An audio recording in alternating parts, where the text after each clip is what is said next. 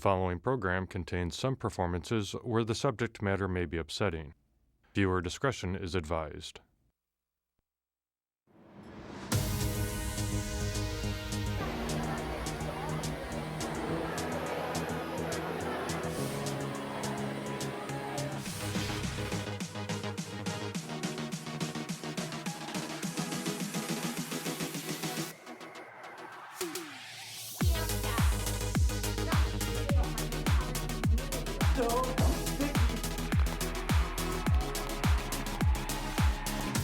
Welcome to the 2023 NSAA Speech Championships Best of the Best. I'm your host, Anna Bellinghausen, here in Studio 1 of Nebraska Public Media, where you'll see 11 champions from this year's statewide competition performing their award-winning speeches.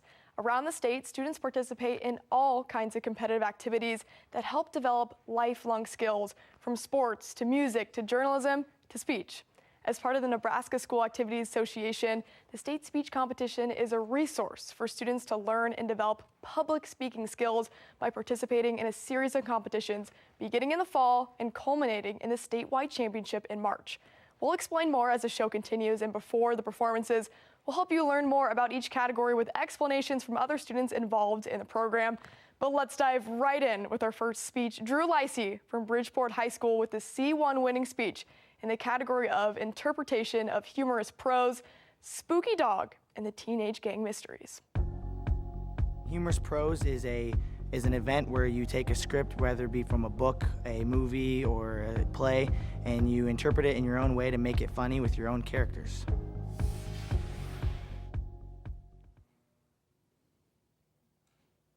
It sure was groovy of your dad to invite us here for the weekend, Tiffany.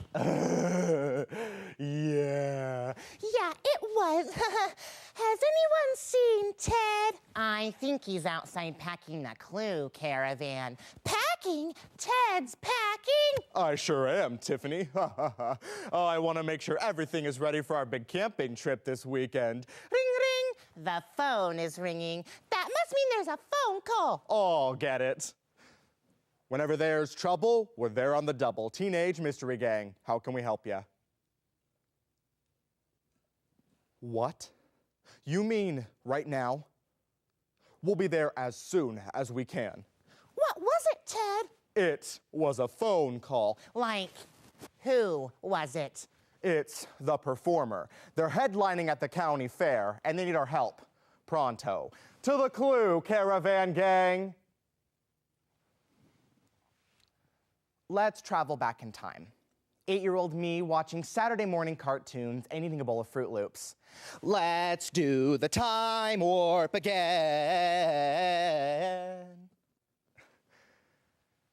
Now that I'm 18, I realize that some of the Saturday morning cartoon characters we used to watch aren't who we think they are.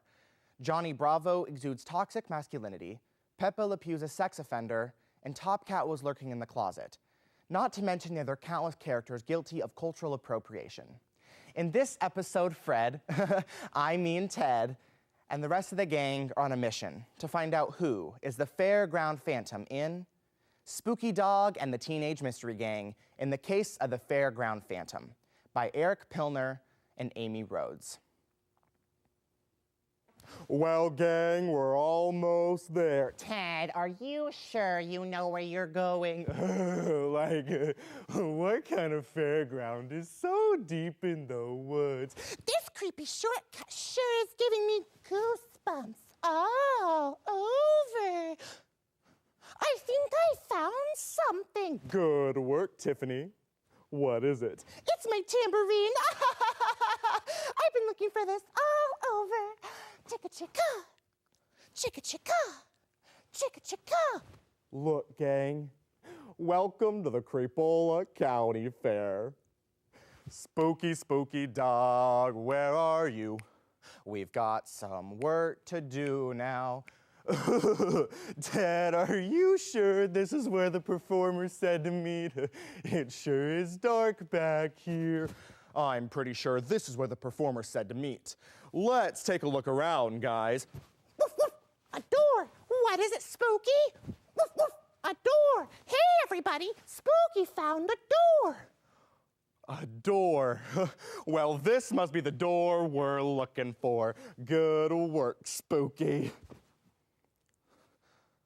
Oh no, it's locked. That means we can't open it. Oh wait, it's just a push door. Like, who are you? We're sorry, ma'am. We're friends of the performer. My name is Tiffany. This is Teddy. And I'm Thelma. Like, I'm Scraggly, and this is our Great Dane detective, Spooky Dog. Ooh, spooky. I'm sorry to tell you kids this, but the performer didn't show up. And that means they're gonna be fired. Fired? But why? We've had a history of performers disappearing, so we let them know from the get-go. No show, no show. What if something terrible happened? Nothing terrible happened. You know how performers are. So unreliable. Well, there is the old legend of the fairground phantom. But I'm just gonna go inside and watch Ice Road Truckers. But wait, how can we find out more about this fairground phantom? You can always ask the resident psychic. If there's a mystery here, Big Woody, we've got to get to the bottom of it. If you kids are crazy enough to go after that evil phantom, I'm not gonna stop ya. By the way, the name is Miss Woodhaven. Well, gang, looks like we have another mystery on our hands. Look, gang, I think I found a clue. Good work, Thelma. What does it say? The fairground phantom is Miss Woodhave. And it ends there. Like, this fairground keeps getting spookier and spookier. Ah! What's wrong, Tiffany? I think I broke a heel. Ow! Ow! Ow!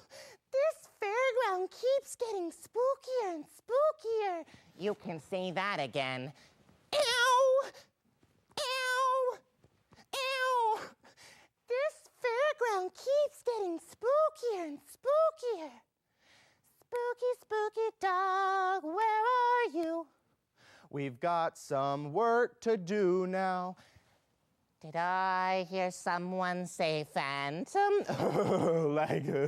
No. Well, I can tell the legend if you guys insist. Once there was a performer named Dupree Dupree. Dupree was so depressed that one night he drove his Dodge off a bridge in a drunken haze. It was terrible, sequins everywhere. Now the legend says that if the ghost of Dupree can't perform here, no one will. And that is the legend of the fairground phantom. Good luck. Spooky, spooky dog, where are you? We've got some work to do now. Be gone, meddlers! Be gone! Zoinks. Jinkies. Jeepers! Holy shnikes, that was scary. Look, gang, it's the Phantom. Quick, let's get him. My glasses. I can't see without my glasses. My glasses. I can't see without my glasses. Why does this always happen to me? Help! Help! Help!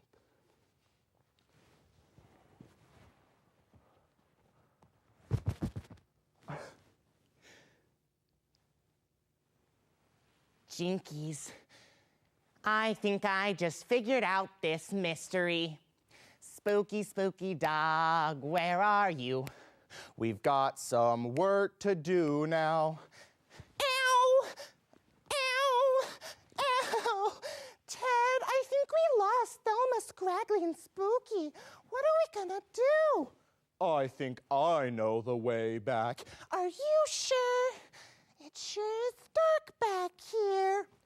I think it looks beautiful, but not as beautiful as you are, Tiffany. Wait, Ted, our aren't you gay? What? No, I think you kind of got the wrong idea. Like, no.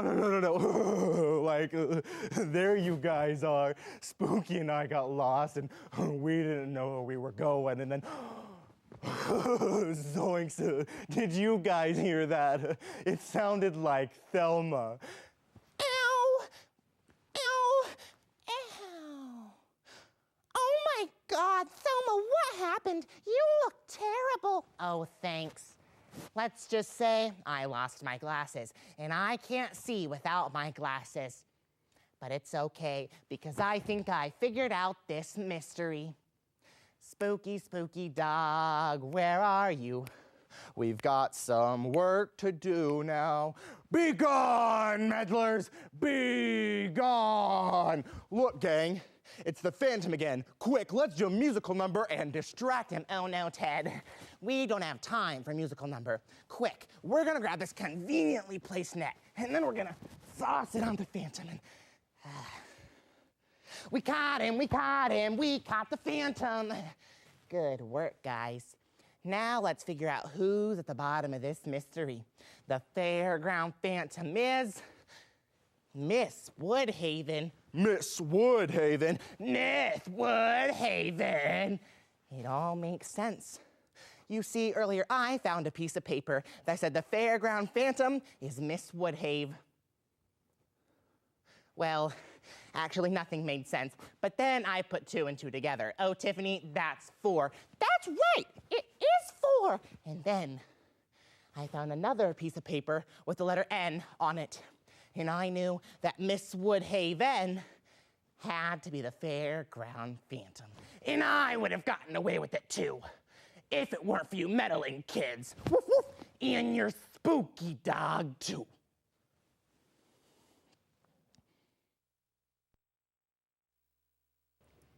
Drew, Janelle, congratulations on an outstanding season and performance here today. Coach, we'll start with you. How hard does Drew work, and how much have you seen just throughout this entire season? Drew is definitely the hardest worker on the team. He has always set the example for what a good working student looks like. He puts in more hours of practice than any of the other teammates, and he really has been a role model for all of the underclassmen this year to see what good practice does and how it pays off. And the state championship this year was really just the icing on the cake for all the hard work he's put in. Drew, you gave a one-of-a-kind performance. What went into this from day one for you? Just a lot of hard work, like she said. Practice every day for about 30 minutes, just running it once or twice made a big difference. How about the motivation and the inspiration behind all of it? I really wanted a state medal. I think that was the biggest thing that was kind of like my end goal. I was like, I want a state medal. It didn't have to be a state championship, and I mean, luckily it did turn out to be one, but I was fighting for that. Drew, Janelle, thank you so much, and congratulations once again. We'll return back and we'll have a chat with NSAA Assistant Director Taryn Retzloff, who will tell us more about the student speech competition and continue our performances with Keaton Valentine presenting in the category of poetry.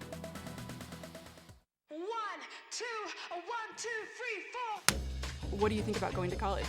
I'm kind of scared. I feel nervous a little bit. That's kind of a tough one. I'm not really sure yet. I'm excited for college. How are you going to pay for it?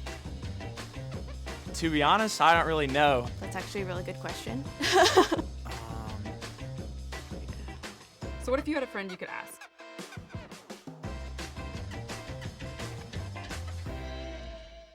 After concussion, returning to the classroom is a priority of the NSAA. All brains return to learn.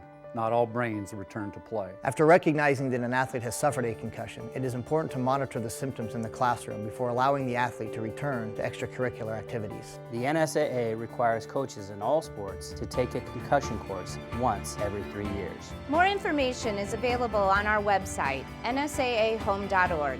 Student athletes are students first, athletes second. Hi, I'm Kay McKenzie. From epic journeys into history, to finding your roots, discovering the ancestries of our diverse backgrounds, to the remake of All Creatures Great and Small that swept us away, to Backyard Farmer, Big Red Wrap-Up, and Nebraska Stories. You know that Nebraska Public Media will bring you even more engaging experiences like these throughout the year, as well as comprehensive, objective coverage of our local and national news. Today, I ask you to be part of providing another year of amazing stories. Your donation provides funding for the shows you enjoy on Nebraska Public Media and helps to create and produce more. Contributions from viewers like you are important and powerful as Nebraska Public Media continues planning programs, resources, and services for our state. Join now online at nebraskapublicmedia.org/donate or call in your donation to 800-989-8236. My name is Morgan Thiemann. I'm from McCool Junction Public School. I do oral interpretation of poetry, and it's basically 4 to 5 different poems spliced all around one central theme. The time limit is 8:30. My name is Emma Winklebauer. I go to St. Mary's High School in O'Neill, Nebraska. I compete in extemp, which is where you go into a room, you draw 3 random topics over current events, and you have an hour to write, memorize, and give a speech. Your speech can be 5 to 7 minutes long, and it is a good way to get young people involved in the global news.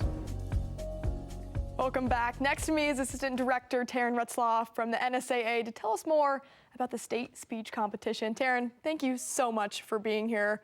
Let's start with the basics. How many schools compete? So this differs from year to year, but at the state speech championships this year, we had just over 200 schools. And then of those 200 schools represented, there were just under 1,200 students. And how is it decided who competes? So throughout the season, and teams start at differing points during the school year. Some pick out speeches as early as the summer prior, and others start in the fall, and others start in January. So it kind of depends on what their own individual school structure is like. But they start, and then they start going to competitions on weekends and different days, and from those competitions they hear judges and kind of get the feedback they need to have really polished performances. And so they head to districts, and the coach picks a district team, and then from there, depending on how they place at districts, they earn a trip to the state speech championships. And there's so many deserving students. How do you decide who comes to the best of the best and performs here today? So the best of the best, the number one requirement is they have to be a state champion. And so of the state champions, their coaches submit applications to the NSAA, and those are really awesome to just kind of read about all of the students and the really neat stories that happen over the course of a season for a student and how they've improved and just their contributions to their team and their school and everything like that. So from there, then we make sure that we have different classes represented, different districts throughout the state, and those are the main criteria for that. Well, Taryn, it's been awesome. Thank you so much for your time. We really do appreciate it. Thank you so much. And our next performance is from Class C1 winner in poetry, Keaton Valentine from David City High School, presenting Almost. You asked if you could call to say goodbye, if you were ever really going to kill yourself. Sure, but I will not write you an obituary. Is there something wrong with you? A loose screw or two that has ruined your ability to function? Why are you always so tired? Your life is uninspired and small.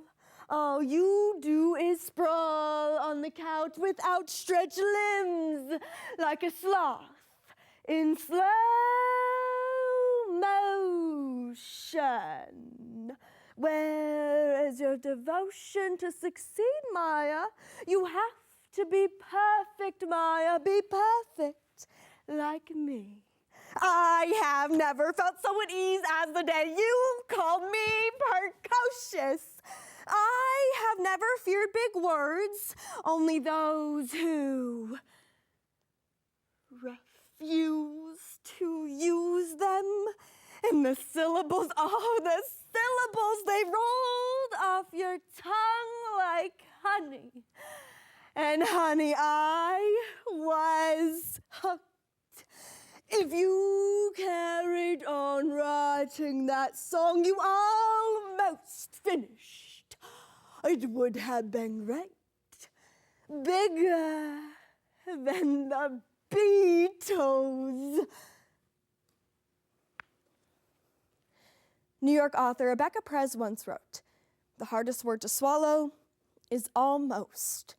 I can relate to this in many ways. My own life has been a series of almosts. Almost not the middle child, almost not flunking statistics, almost not the funniest person in the room.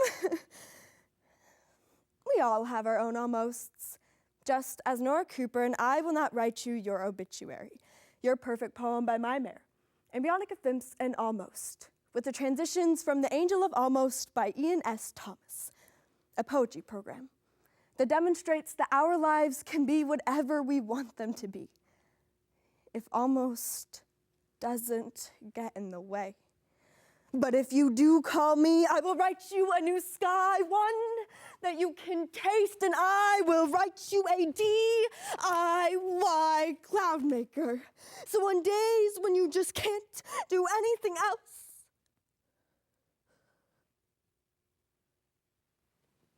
you can still make clouds in whatever shape you want them. Why are you down here, Maya? Why are you down here when you need to be up here with the ones who have a life and a promising career? You will never be up here, Maya.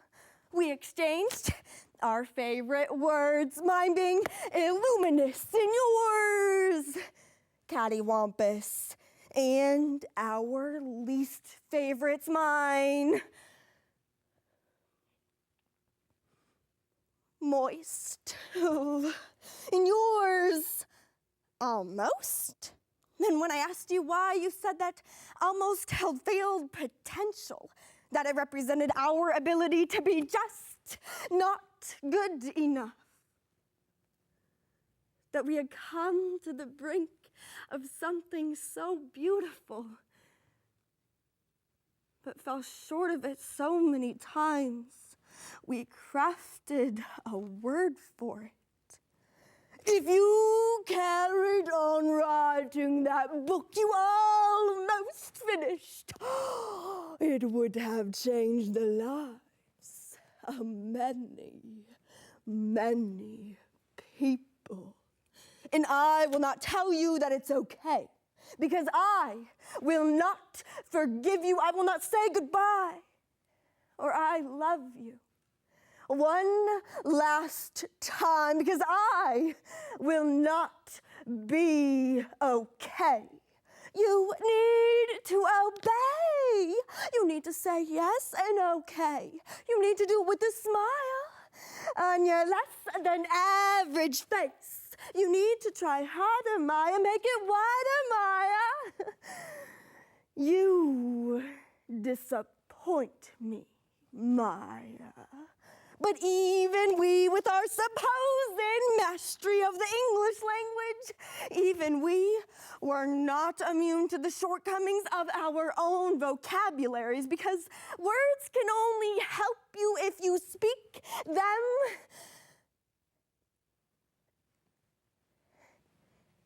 I never told you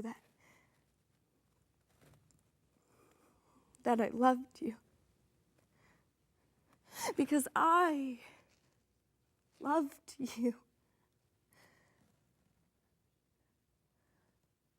But you never told me that you were dying. If you tried to reach the one you loved when you almost had them, your life would have been completely different.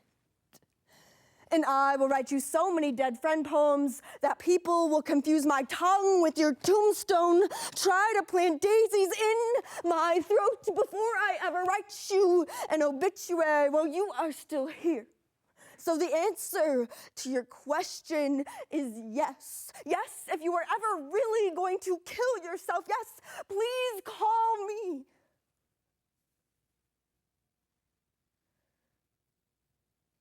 You almost called.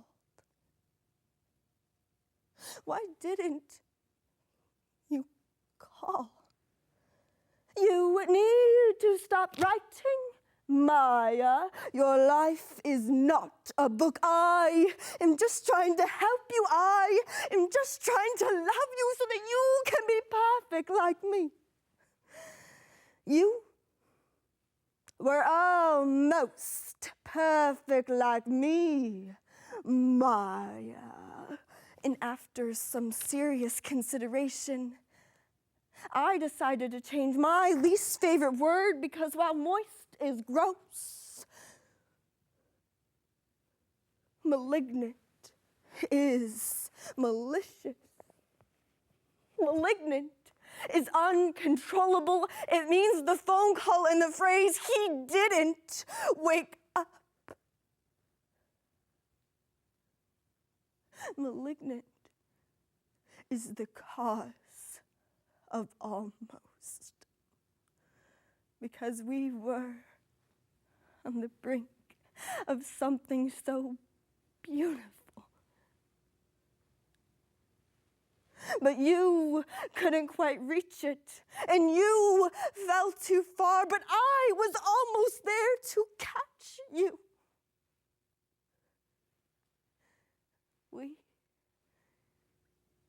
We were almost beautiful. And I asked, is this what happens when I die? And the voice said, almost.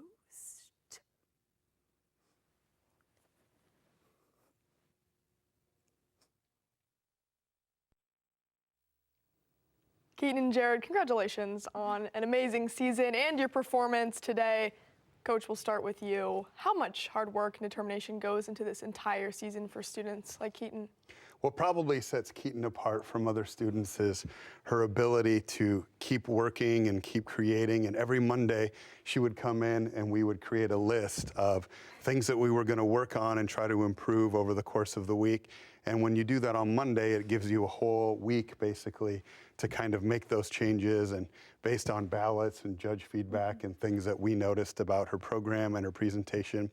And she worked with great intention on all of those different traits. And so it's that kind of urgency and intention that Keaton brings that made her the speaker that she is. Keaton, what's this passion behind everything you do? I have a lot of passion behind my speech. I think it's just the competitiveness and also getting to keep improving throughout the season and keep improving for my teammates and for my coaches. So that definitely drove me to be who I am and where I am. And how'd you pick this year's topic and what you were going to perform today? This year's topic everyone can relate to, and throughout my piece I kind of showed examples of different almost that people experience, and I think being able to relate to this topic really shows how impactful it is. Well, congratulations once again. Thank you guys so much for your time. We really appreciate it. Thank you very much.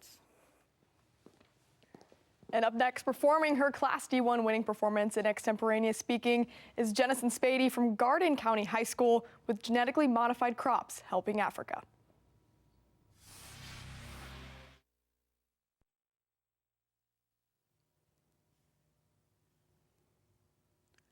One of my favorite classes that I get to take in high school is greenhouse plant production.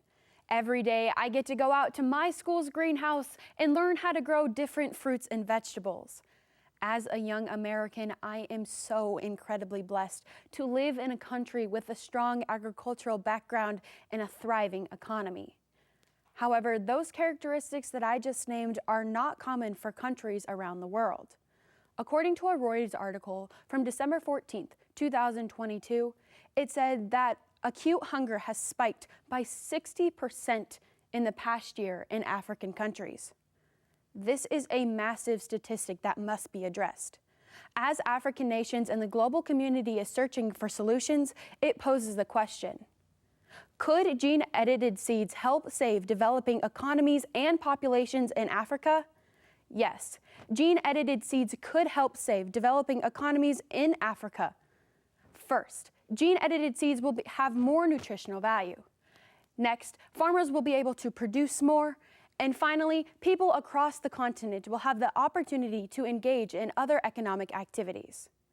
So first, let's grow our knowledge and learn how these seeds will provide more nutritional benefits to the African people. One of the biggest problems Africa is currently facing is food insecurity. According to a World Economic Forum article from November of 2022, it said that more than 278 million people suffer from chronic hunger in Africa.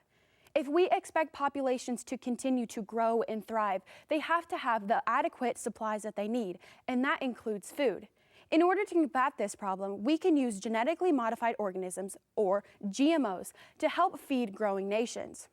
According to the United Nations report published in December of 2022, it said that gene-edited crops are a potential solution to addressing these issues. Gene-edited crops are engineered to have more nutritional value than they usually would.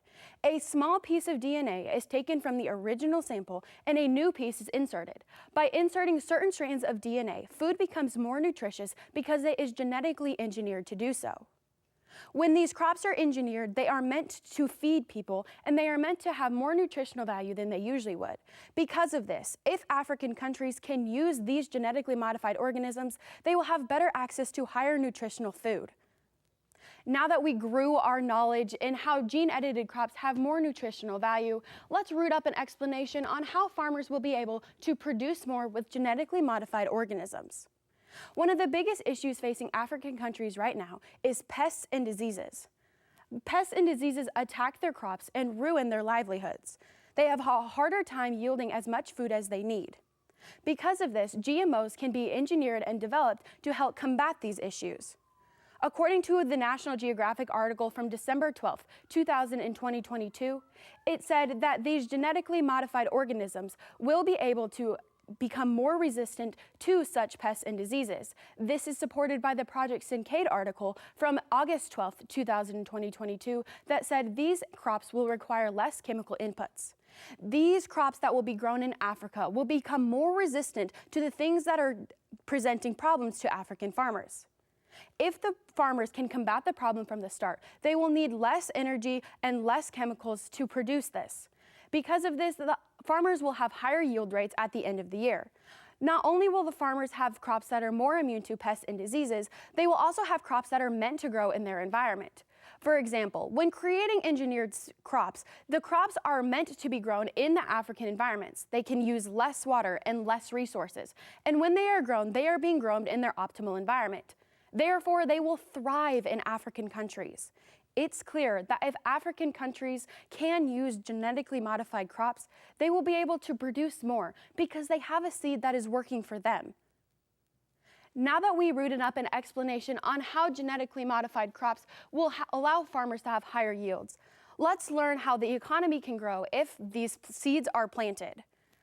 Right now, about 75% of people in Africa partake in what is called subsistence farming. Subsistence farming is where people have to grow all the food that they eat, and they cannot engage in other activities because they do not have the time or energy to do so. They have to grow their own food because they don't have another way to get it. One way that the economy can continue to develop and grow in Africa is by moving away from subsistence farming.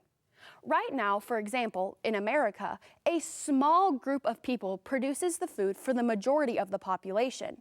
That leaves time for Americans to do other activities and engage in other jobs. If Africa can begin to move away from subsistence farming, they will have those same opportunities. According to the National Geographic article from May 12, 2022, it said that gene-edited crops have the capability of moving farmers away from subsistence farming and bringing poor communities out of poverty. With the opportunity to have crops in a surplus, African nations across the continent will be able to engage in other economic activities. Rather than solely focusing on farming, they can continue to grow and develop their economy by engaging in other resources. They can begin to industrialize, and they will have other opportunities to do so. Not only will this help the economy change, it will also provide a surplus. And when there is a surplus of food, the demand, it stays the same, but the overall price will go down because there is more than there ever has been. According to a Project Syncade article published in May of 2022, it said that by lowering the overall price of food and food production in African countries, it will help create a better life for all Africans. Because crops will become cheaper and food will become more accessible, Africans can begin to do other things instead of solely focusing on finding their next meal. Today, we were posed with the question, could gene-edited crops help save developing economies and populations in Africa?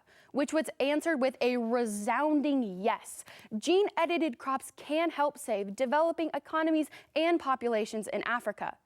Whether they have more nutritional value, a higher yield rate, or an economic advantage, gene-edited crops are the solution to addressing the 272 million people suffering from chronic hunger in Africa. Africans across the continent deserve and have the right to live happy and healthy lives, just like me, and gene-edited crops could be a positive step in that direction.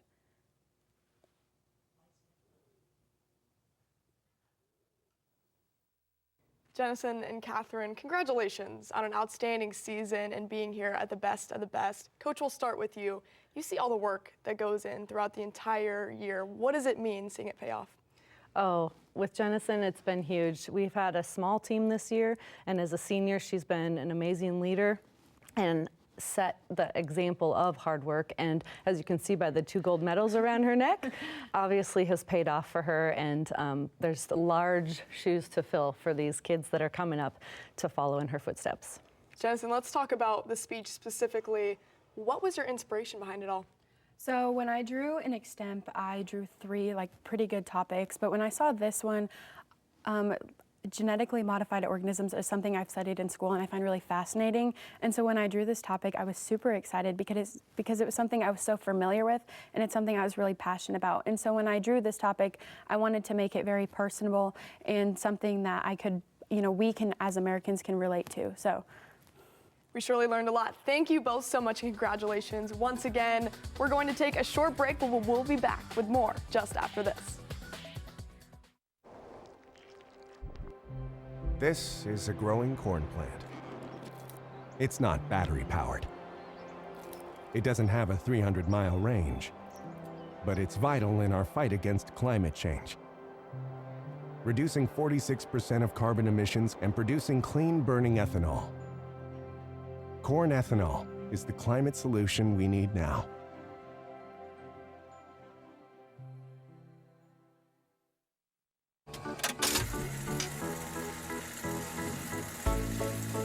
The way we use electricity has changed a lot over the years.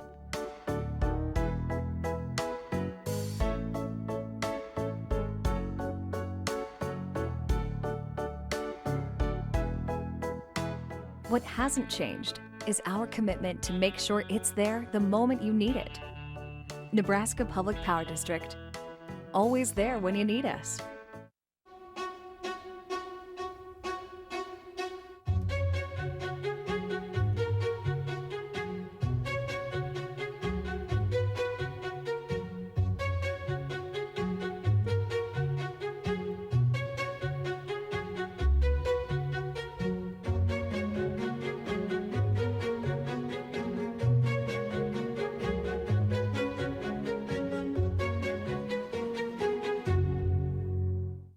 Next time on Antiques Roadshow, when your family inheritance is more than a sentimental keepsake. The family lore has always been that these were painted by Charles Wilson Peale. The market for portraiture in general seems to be a little bit soft, but there are exceptions, and these would be an exception. This has been in my family for 4 generations. It's a great piece of folk art. It's Antiques Roadshow, next time from Shelburne Museum in Vermont. Monday night at 7 Central on Nebraska Public Media. Hi, I'm Kenzie. And I'm Leah. And we're from Sandy Creek High School. So we do duet acting together, and with a duet you get props that you can use, which is only a table and 2 chairs. And you have a time limit of 12 minutes. You have a 30-second grace period, but you hope to get closer to 12 minutes. I'm Mallory McConnell. I'm from Wallace High School. Informative is a student-written speech. The time limit is 10 minutes. You can bring in posters, props, or anything to help explain a certain topic of your choice. My name is Blair Fiella. I'm a senior from Howells Dodge, and I do entertainment speaking. In entertainment, I get to talk for 8 minutes about whatever topic I want. I write my own speech, and then I get to go out and just have fun with it. I think entertainment is the most fun category because you really get to personalize it and give your audience a good thing to enjoy, so it's a lot of fun. Welcome back. Did you know that this is the third year the State Speech Championships have been held at Kearney High School, and it will continue to be at Kearney High until at least 2028. More fun facts later in the show, but up next are the Class B award-winning pair of Hattie Chavanow and Charlie Van Gompel from York High School performing their duet acting speech titled A Star is Born.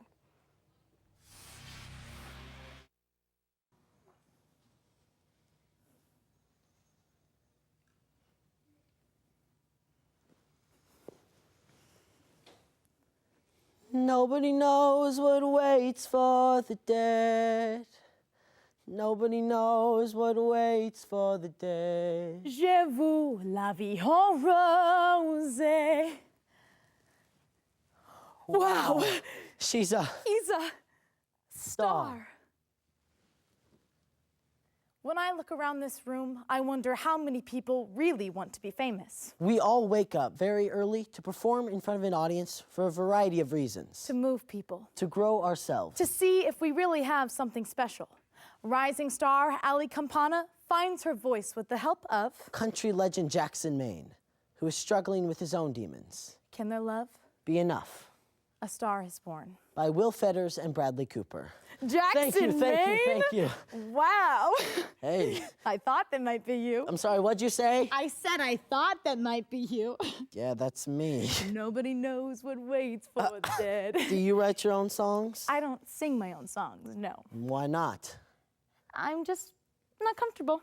Why wouldn't you be comfortable? I don't know, because almost every single person in the music industry has told me my nose is too big and I won't make it. Your nose is too big. Yep. I think your nose is gorgeous. Honestly, I don't even know what's going on right now. I'm in a bar with the Jackson Maine. Jackson Maine. Guess that's what happens when you get famous. People start calling you by your full name. Well, what do you want me to call you? Well, it's just Jack. So nobody's ever asked you about you, huh? Well, my past is pretty simple. Dad had a midlife crisis, so I moved to Arizona.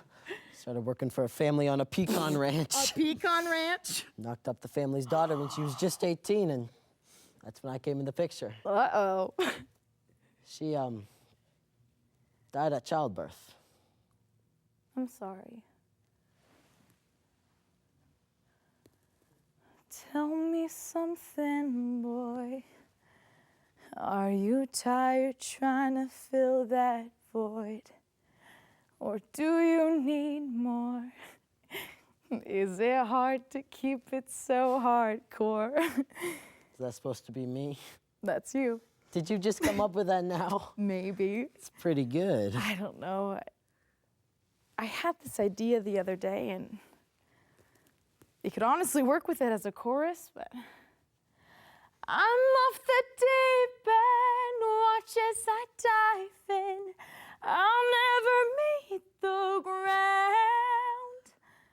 Wow. Can I tell you a secret?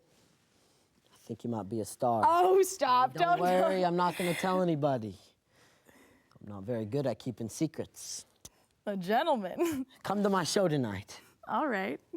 I'll be there. Oh, wait. Just wanted to take another look at you. Thank you so much for coming out. I have a friend here with me tonight, and she just wrote a song, so I'd like her to sing it. It's pretty good. No, I didn't sign up for that. Please, listen. no. I'm gonna sing it either way. Trust me. Okay. Tell me something, girl. Are you happy in this modern world? Or do you need more? Is there something else you're searching for? I'm off the deep end, watch as I dive in. I'll never meet the ground. Crash through the surface where they can't hurt us. We're far from the shallow now. Thank you so much. So many people, I know, I thought I started it off tune. No, that was beautiful. I wasn't sure. I haven't played like that in a while. Well, you played pretty good, cowboy. I've never felt this way about anybody. Well, good, we're on the same page. You can come sing with me on tour. Where? First stop's Arizona. Allie came on tour with me. We traveled the country together. She was a star. My star. When the sun goes down and the band who won't play, I'll always remember us this way. That was beautiful.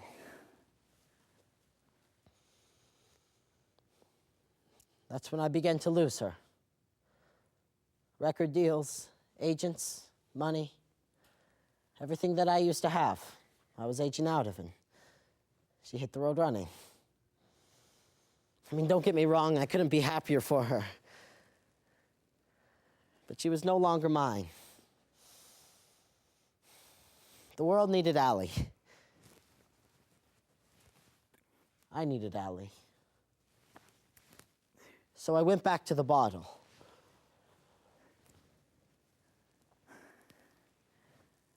It never left my side. What the hell are you? You're kidding. I mean... You really want to do that? I do. Jack continued to drink his life away. I sometimes wondered if he even really loved me.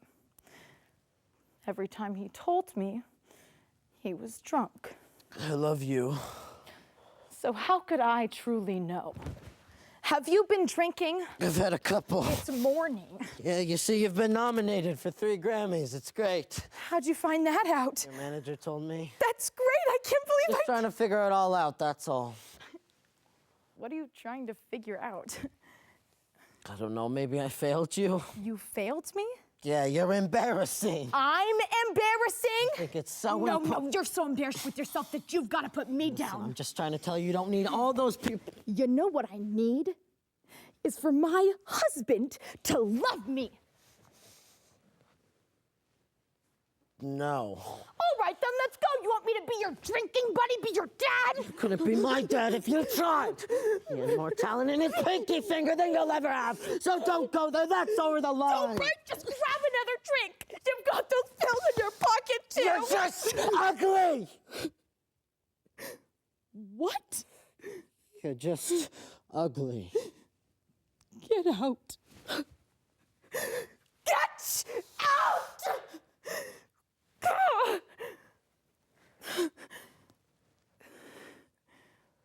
Jack went back to rehab again. But for the first time in weeks, life got back to normal. I was happy, and we were happy.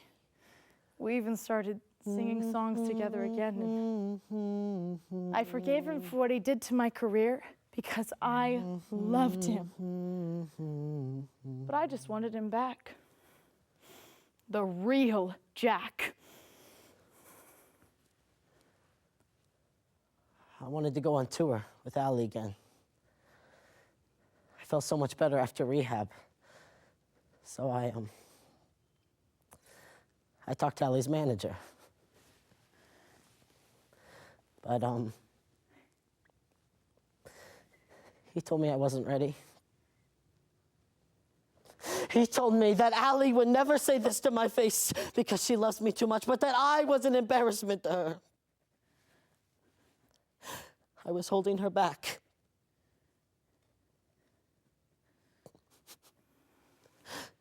The truth was, Allie couldn't go on tour anymore. Because of me. I've got some good news. I'm not going to Europe anymore. I'm gonna stay here all summer, and I'm gonna help you get better. Isn't that great? What happened? Nothing happened. It's just my manager is so psyched about how well my record's doing that he wants me to make another one.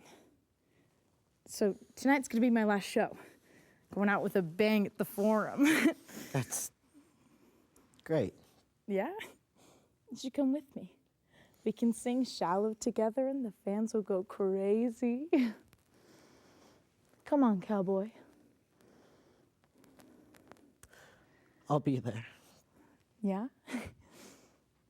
Okay. I'll have a car come pick you up. Wait, What? I just wanted to take another look at you. Bye, honey. In the shallow, in the shallow, in the shallow,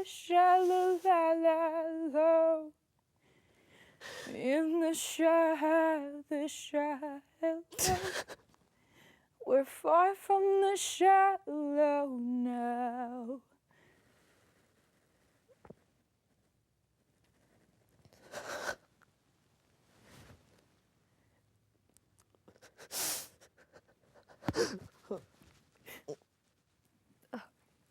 I just keep going over it and over it in my head.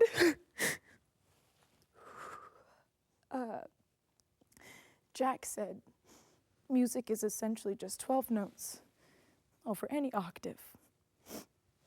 12 notes, and that octave repeats. It's the same story told over and over again, forever. Jack never made it to my concert that night. My staff found him in his truck with the garage door closed and he was gone. So I wrote this song for him, and I know he can hear it when I sing it. Don't want to feel another touch. I don't want to start another fire. Don't want to know another kiss. Baby, unless it's on your lips. Don't want to give my love away to another stranger. Won't let another day begin. Won't let the sunlight in. Oh, I'll never love again.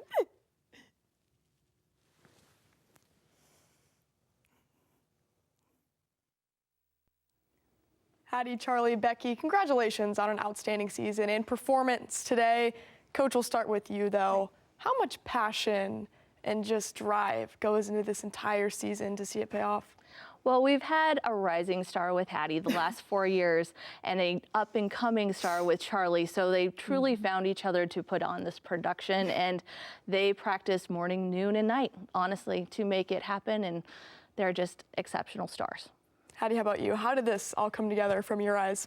Well, I have always been kind of a jumping around in all of the speech events, and I finally decided this year, because I'm going into acting, and duet is really the place to really get into acting. So I was scrounging around, and I felt that Charlie was kind of the best duet partner, and we really bounce off each other well, and so it's been an awesome ride.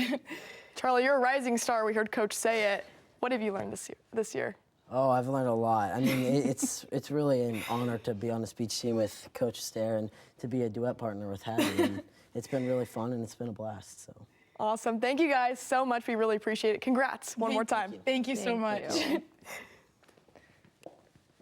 Andrew Wang from St. Cecilia High will be performing next with his Class C2 award-winning speech in the informative category called Lying.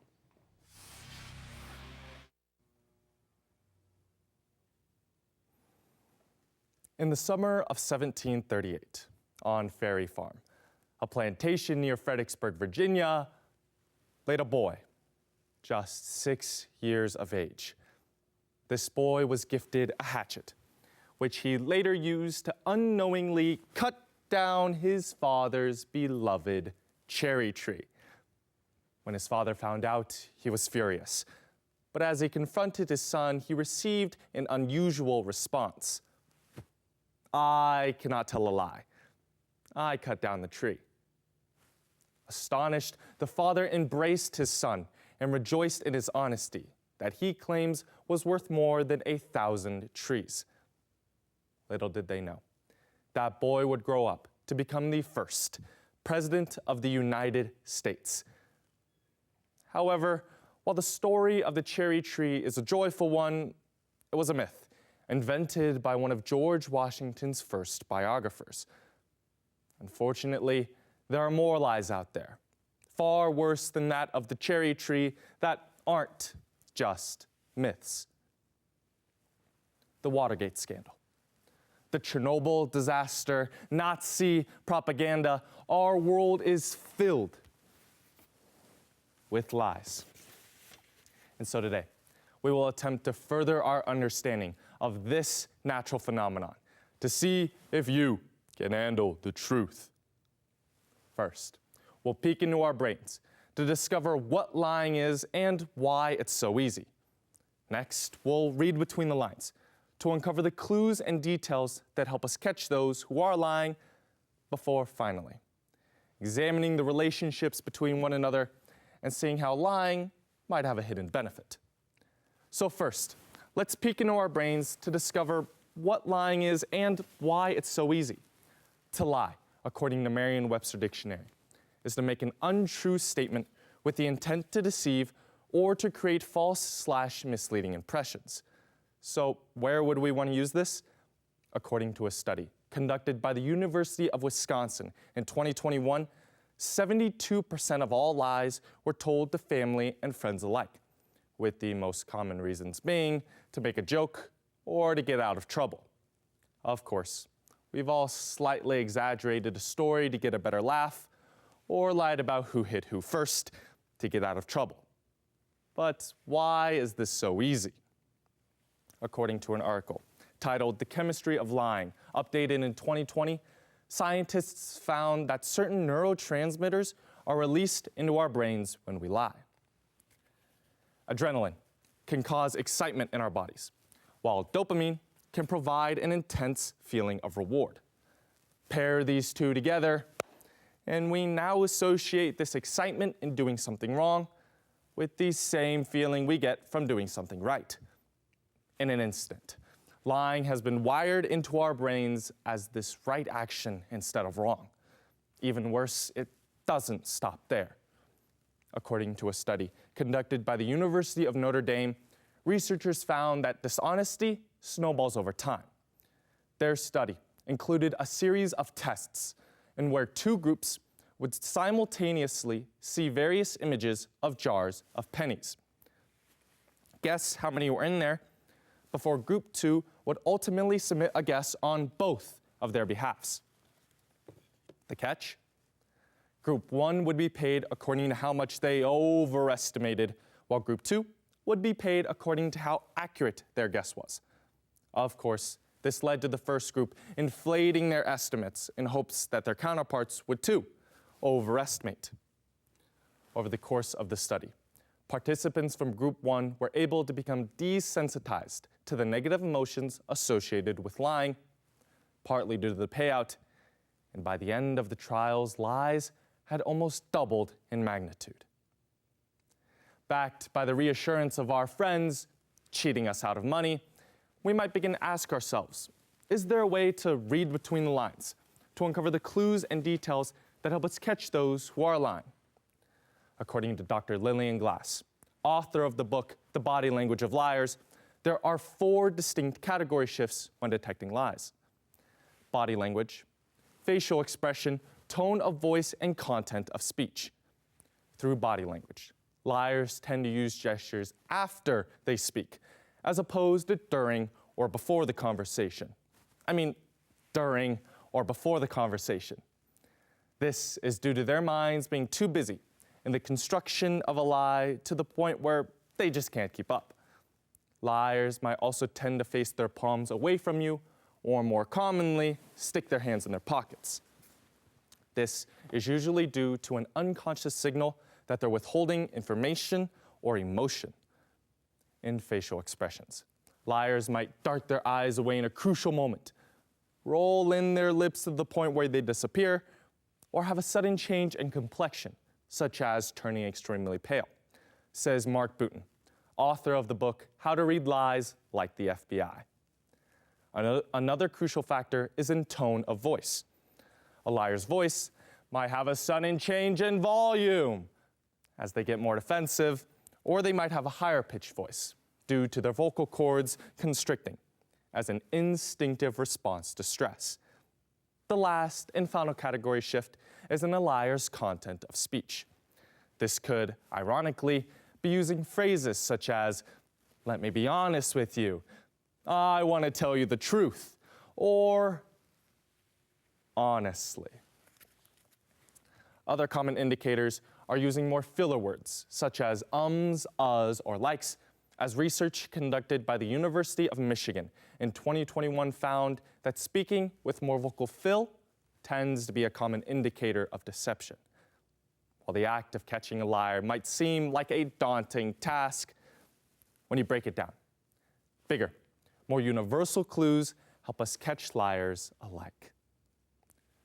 Armed with the clues and details that help us catch those who are lying, we arrive at our final point, asking ourselves, can any good come out of lying?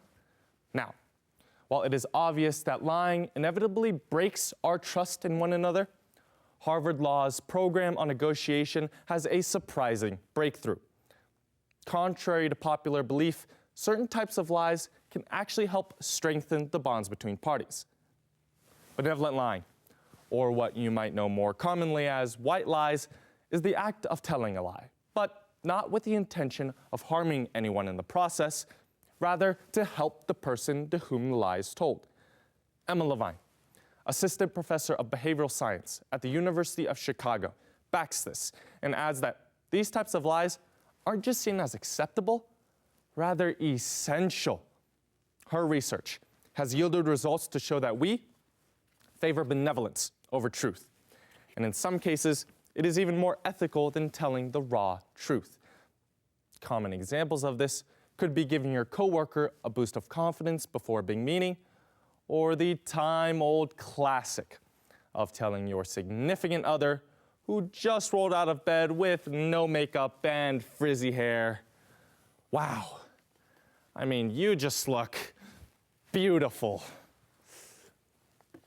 Andy Grove, Intel co-founder and former CEO, even went as far as to say that deception is a crucial leadership skill and is necessary to create the conditions for success. However, while benevolent lying can be incredibly beneficial, there still comes the danger and guilt of deceiving others, as Harvard educators near the end of their article state that one would be wise to think twice before telling a seemingly pro-social lie, as there might be a more satisfying way of meeting one's ends. As Napoleon Bonaparte once said, "History, my friends,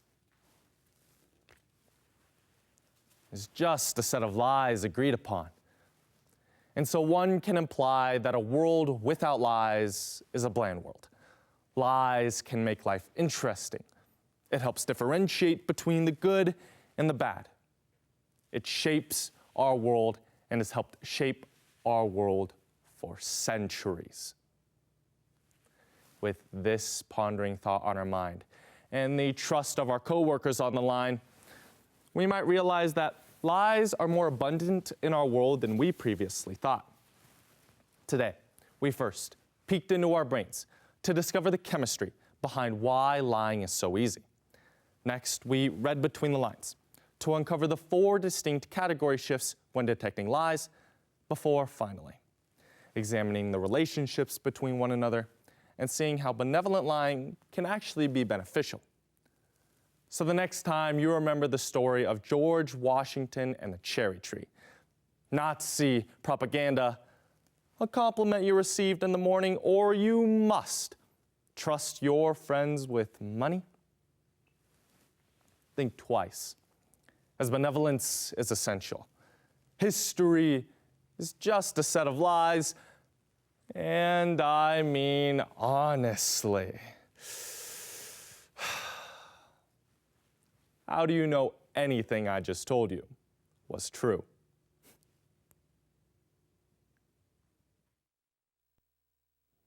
Andrew, Mike, congratulations on an outstanding season and your performance today as well, Andrew.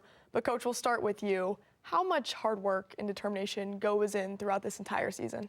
Well, it actually starts in the off season when Andrew comes up with 25 or 30 ideas. I require that of him, and then we narrow it down early in the year in hopes that we hit. We really want a topic that's relevant, and the topic of lying kind of comes up with everybody's life. Andrew, for you, how did you narrow it down then and ultimately choose this topic?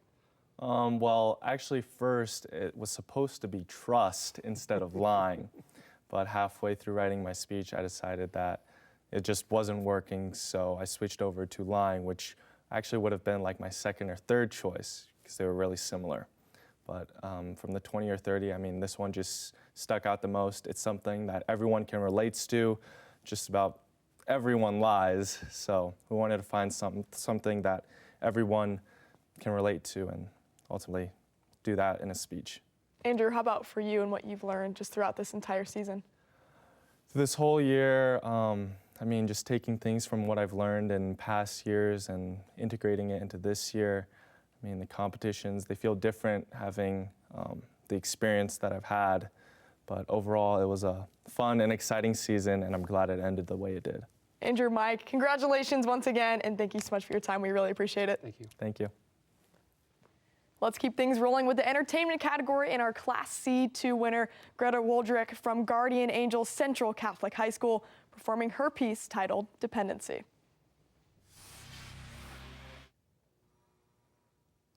Got my phone? Good. Mom and Dad are here. Okay, they aren't here, but don't panic, they'll be here. Got my posters? Check. Got my water bottle. Oh, Mom's bringing that one.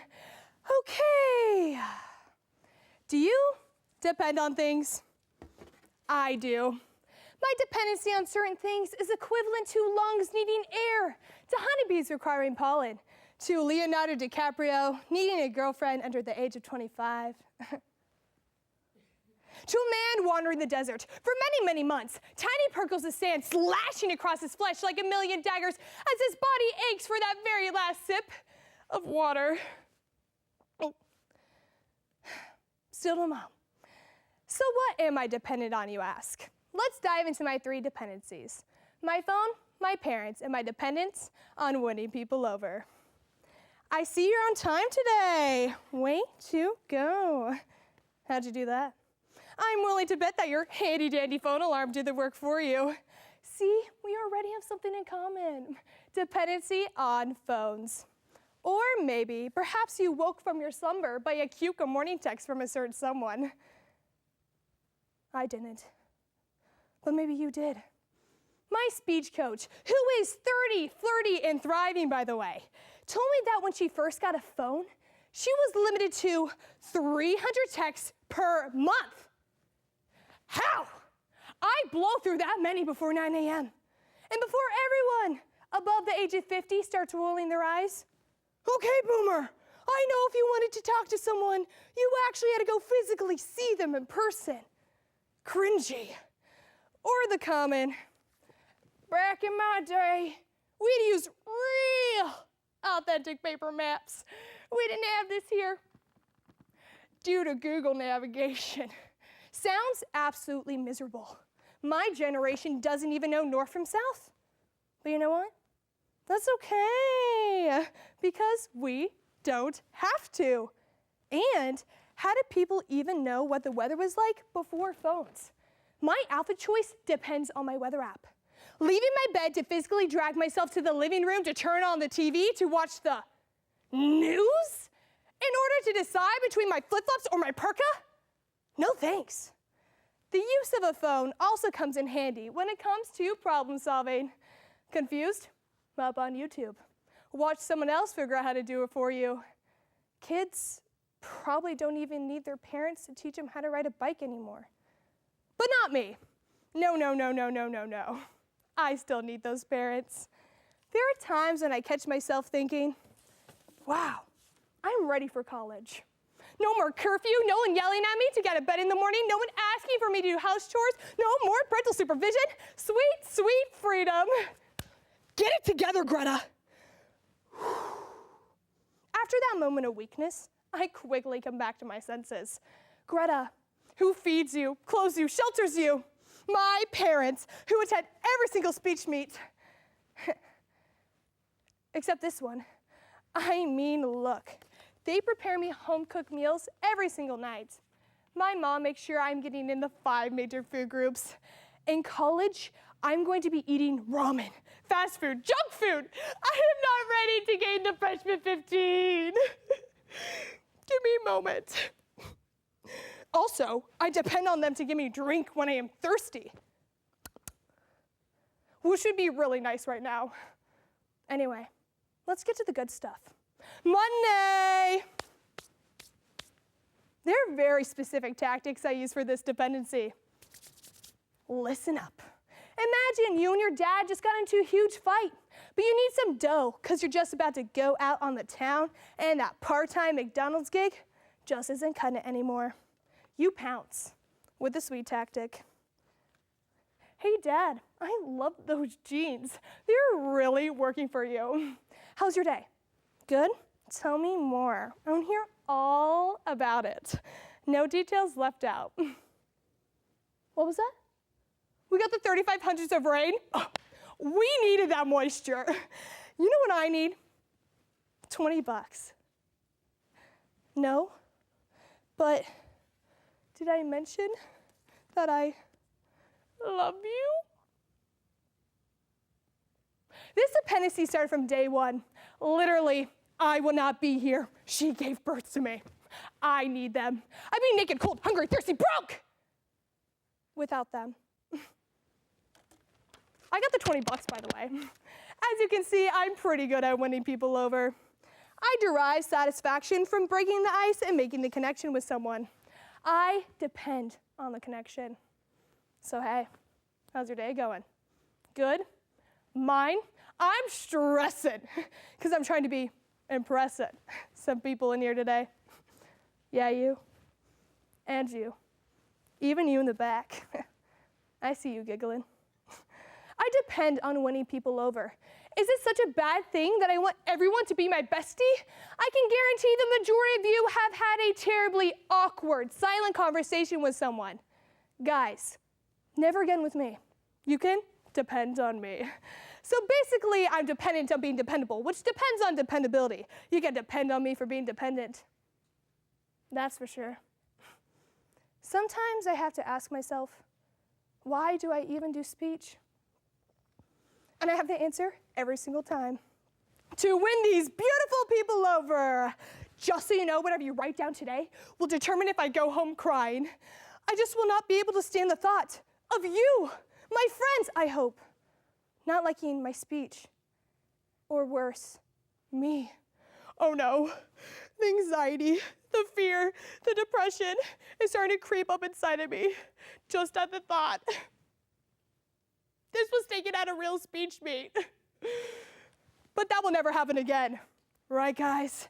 Don't even get me started on giving an entertainment speech with no audience laughter.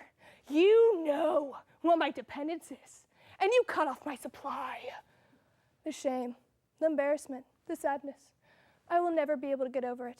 So if you haven't laughed once, you better cough one out now, or else. Please put me out of my misery, and let's all be one big happy speech family.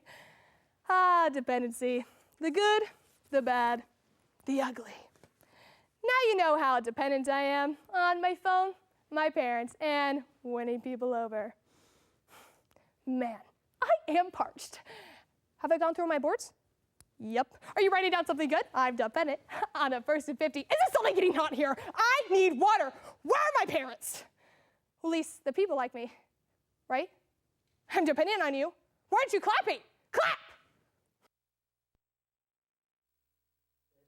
Greta, Kylie, Morgan, congratulations on an outstanding season and an amazing performance today. We'll start with the coaches, though. Kylie, how much work have you seen go into this performance all year long? Oh, hundreds of hours. I'm not exaggerating. Greta is sometimes on time for practice, but she's there almost every day, and we're really proud of her. She spends a lot of time in and outside of the classroom working on her speeches. So. And Morgan, how about for you and the growth that you've seen from Greta? Well, this was my first year at Guardian Angels Central Catholic, but even from the beginning of the season, it's a completely, really different speech from the start to the end. So tremendous amount of growth there. Greta, I think you had everyone in here laughing. What was the inspiration behind this entire thing? Oh, gotta give credit to my dad. He's given me my speech topics for the last 3 years, so he told me right after state last year, he's like, I got your next year's topic. And I was like, okay, sounds good. Didn't think it was gonna work out, but here we are. So gotta give credit to my dad for that. So do mom and dad absolutely love the speech? Oh, they transformed. They were speech people, not so much like with my sisters. I was very much a sports girl, and they've transformed into speech-loving, supportive parents. I don't think they missed a meet this year. So, but they are so proud to see what I can make out of what they come up with. That's amazing. Thank you to everyone, and congratulations, Greta, once again, and the coaches as well. We really appreciate your time here today. Thank you. Thank you. After this short break, we'll be back with the award-winning performance in the category of oral interpretation of drama. Participating in multiple Nebraska high school activities has taught me the value of teamwork. I learned how to be a strong leader among my peers. We set goals as a team and work hard to accomplish them. I strive to excel not only in the classroom, but on the playing field. The Nebraska School Activities Association providing opportunities in 25 activities for our member high schools. NSAA activities, the other half of education. Imagine a future fueled by soy-based possibilities. A future where creativity and productivity live together under one roof. A future that takes you from point A to point B to point Z, all while ensuring brighter tomorrows for our next generation. A soy-based future? It's already here. There's a place in the middle of America where we stand up and stand out, bringing light that illuminates the best ideas and brings change. Understanding the heart of learning comes from the heartland. Nebraska Public Media is yours, a space and community for everyone. We tell stories and amplify voices so that all can be heard, all from a place that we call home. This is Nebraska Public Media. Wednesday night on PBS, starting with a new episode of Nature. There are surely few more enchanting natural soundscapes than this. Followed by a new episode of Nova. We're trying to figure out what these whales need out of this really critical ecosystem. Oh, my goodness. New episodes of Nature and Nova. Wednesday night on Nebraska Public Media. During the next performances, suicide is referenced. Viewer discretion is advised. If you or someone you know is in crisis, call or text the Suicide Crisis Lifeline 988. Brett Norris from Plainview Public Schools.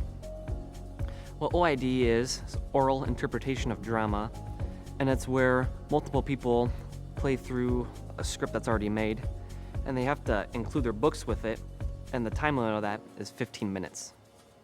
My name is Dana Baldwin. I'm from Arnold Public Schools, and serious is a category where you get 10 minutes to perform a dramatic, serious piece.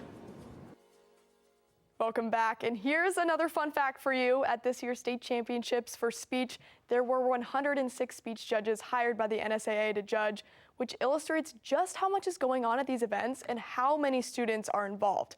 Up next, we have Harper Allen, Ellie Heiser, Corbin O'Kander, and Annabelle Schubert, along with Claire Rooney, who together make up the Class A award-winning team from Lincoln East High School, performing their oral interpretation of drama titled Carrie.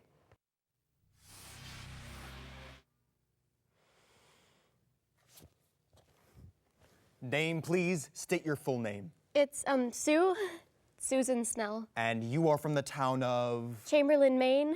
I was born and raised there. And when did you first meet Carrie White? Our Father, who art in heaven, hallowed be thy name. Thy kingdom come, thy will be done on in earth school, as it is in heaven. We were in Give the us same this day grade. our daily bread, and forgive I us don't think I even said 100 words to her before all this began. Before what began? Oh my God!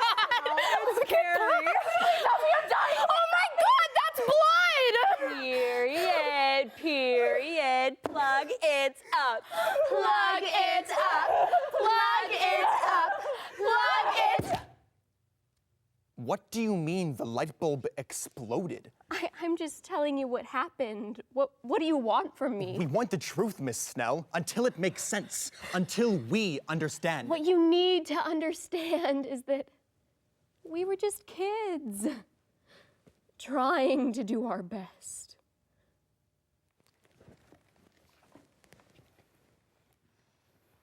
High school is the most amazing time of your life. Spoken like a true popular girl.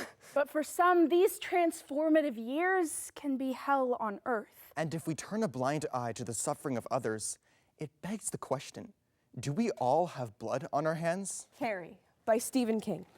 Ugh, I can't believe they gave us detention. Who gives a damn what some lesy gym teacher thinks? She's not a lesbian. I mean, at least I don't think so. Is she? Oh my God, remember that one time in 3rd grade when Scary White got down on her knees and prayed in the cafeteria? Praying with the Bible. And that dress, remember? Scary Carrie. Ugly, short, and hairy. All her friends are imaginary. Hey, babe, what are you laughing about? Did something happen? Hey, Tommy, Carrie White happened. I can't believe her mother never told her. That mother of hers, always ranting on about how everyone's going straight to hell. Everyone but her and her precious little. Carrie, there's my sweet girl. Mama, something happened at school today, something terrible. Terrible things are the Lord's way of testing us, Carrie. I know, but the other girls... 17 freaking years old, and the freak just stands there having her first period. I'm dying. Chris. And that light bulb, I mean. What have I told you about showering with the other girls? The sin. It's a sin. I started to bleed and... She what? Blood all over her, standing there like a stuck pig. Chris, stop. It's not funny anymore. Wait, you guys, who's right? It's really not funny. It's hilarious. Plug it up, plug it. And they were all laughing at me. They're always laughing at me. You're a woman now. Mama, why didn't you tell me? I was so scared. And the Lord visited Eve with the curse of blood. Oh, Lord, help this sinning woman. Show her that if she had remained sinless. Mama, it wasn't my fault. Don't you lie to me, Carrietta. Oh, he can smell the sin on you. Go to your room and pray for forgiveness. Mama, let me go. And Eve was weak and full of sin. The wrath will come down upon you. I'm not a sinner, Mama. Let me go. Pray to Jesus for your woman, weak, wicked, sin soul. I feel sick about what happened with Carrie. I'm telling you, this whole thing will blow over eventually. I don't think so. I mean, what was going on with all of us? We were just so cruel. Tommy, I have a favor to ask you. It's about the prom. I mean, please just ask her for me. I'm gonna look pretty stupid when she turns me down. She won't. I've seen the way she looks at you. Trust me. Hey, Carrie, look. What do you want? Oh, right to the point, huh? Well, I was wondering if you don't already have a date, would you want to go to the prom with me? I know it's late notice, but Do you all just think you can go on tricking me forever? No, this isn't a trick. Look, I want to go with you. Please? I'd love to. Yeah? How about I pick you up at 8? Okay, thank you. Did Tommy Ross just ask Carrie White to the prom? I mean, if that pig thinks she can... She won't know what hit her. Miss Snell, turning to the night of May 28th, what can you tell me about the events leading up to the prom? Carrie, why are you daydreaming? You've hardly touched your supper. Mama, there's a boy named Tommy Ross. Carrietta! And I've been invited to the prom. He's a very nice boy. Oh, I know just how those boys behave. First comes the blood, then comes the boys in their cars, lots of... Tommy, it's not like that, Mama. Everybody's not bad. Everything's not a sin. I already said yes. It's not too late to repent. We'll pray together. Mama, sit down! Witch, thou shalt not suffer a witch to live. They're all gonna laugh at you. They're all... Mama, you will be quiet until I'm gone. I love you. Hi. This is for you. Thank you. Do I look all right? You look beautiful. You okay? Yes, just trying to take it all in. Every detail. Oh my God, Carrie! Wow, look at your dress. It's so... Where did you get it? Thanks, I made it myself. Oh, that is so cool. Well, Have fun, you two. Tonight is going to be unforgettable. It's all so strange. Everyone's being so nice to me. Well, how about this dance? I just couldn't stay home after everything that happened. What I did.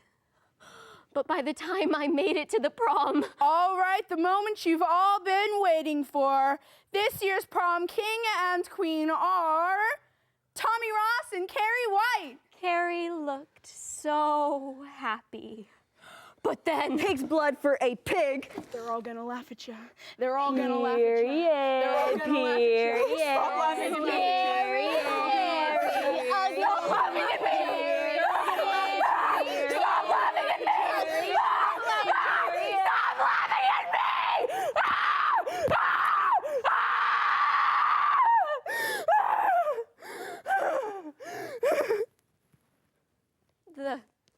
The smell of blood. That's what I can't get out of my head. Like a slaughterhouse in the middle of summer. And her face. Like something had broken inside her. Like her soul had been... I felt so helpless. I mean, there was nothing I could do. They all died. Tommy died. I know this is painful, Miss Snell. Please, what can you tell me about what happened after the events of the prom? I ran out of school as the fires began. I followed the path of destruction from the school to Carrie's house. She just wanted to see her. Mama? Carrietta. You were right, Mama. They all laughed at me and Let's pray for forgiveness. After everything that happened, after everything they did to her, she just wanted to see her mother. Our Father, who art in heaven, hallowed be thy name. Thy kingdom come, thy will be done. On But her earth as mother! it is in heaven. Give us this day our daily bread. I knew it! When you were growing inside me, I knew! Your father took me, and from that original sin was born the worst sin! You! I should have killed you when you were born, because sin never dies! What are you doing? Stop it! I'm sorry, Mama. I love you. I'm sorry, Miss Snell, but can you please stick to facts that can exist within the realm of reality? She asphyxiated her own mother without even touching her. I think you and I can both agree this is a relatively uninformed supposition. Have you listened to anything that's been said here? Carrie wasn't a girl controlling her powers. That was a girl at the mercy of her powers, at the mercy of her mother. I mean, at the mercy of all of us. Thank you for your time, Miss Snell.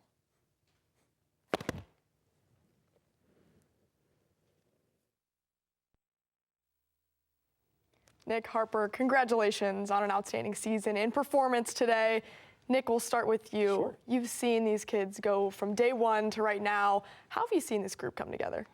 This group is a pretty experienced group. So we've got kids who've been in the activity for years. We've got kids who've been doing, play production and whatnot.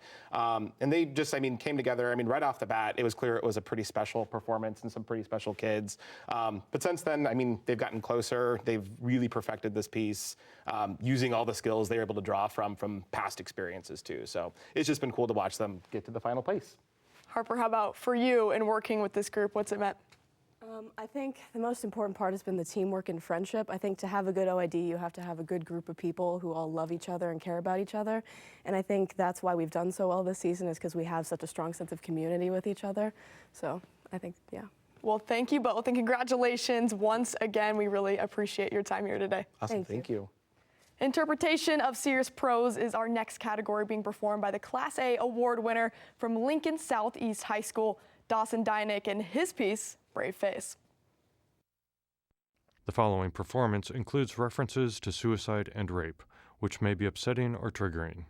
Viewer discretion is advised. If you or someone you know is in an emotional crisis, dial or text 988 for help.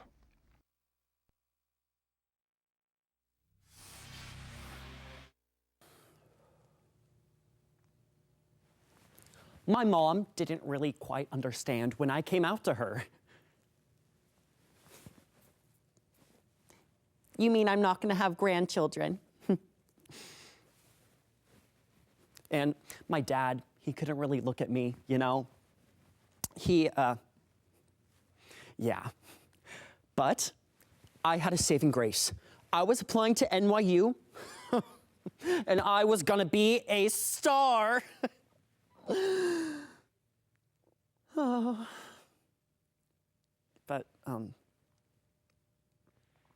depression. It speaks. It screams, really. I know how to lower the volume now, but back then I had no clue. It would make you feel stupid, ugly, talentless, and those were the good days. And on the bad days, I just prayed for the pain to stop, and on the worst days,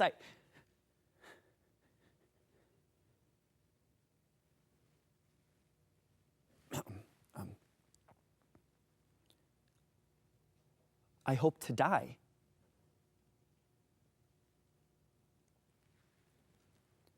According to Voices of Education, there is an attempted suicide every 27.5 seconds. This means by the end of my speech, there will be 22 attempts with 1 being successful. And at the end of the hour, 132 attempts with 6 being successful. Much like myself, Sean David Hutchinson is a gay man suffering from depression. He shows us what led him to his attempted suicide and shows us how we can take off our brave face by Sean David Hutchinson. I was sitting at my computer when I got an email from NYU. Mom! I open up the email.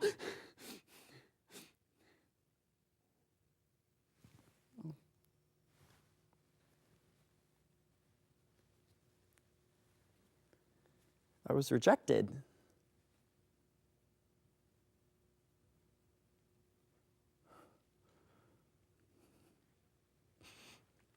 Oh, I'm fine. I'm fine. You know what I can do? I can just, I can go to my home state school, FAU, Florida.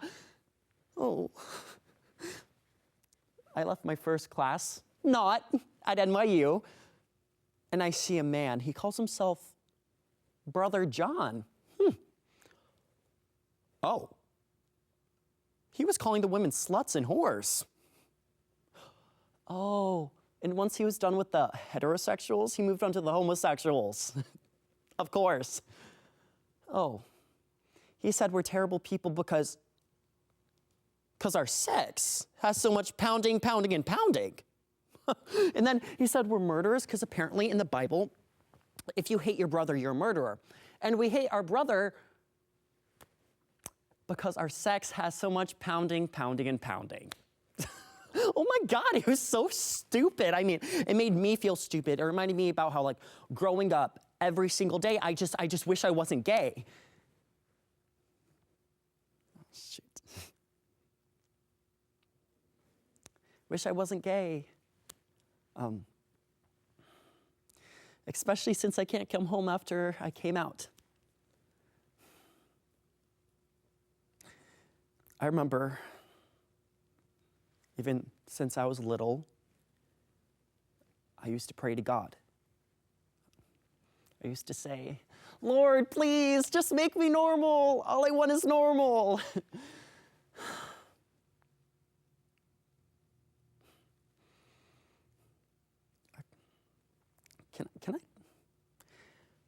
Can I tell you something?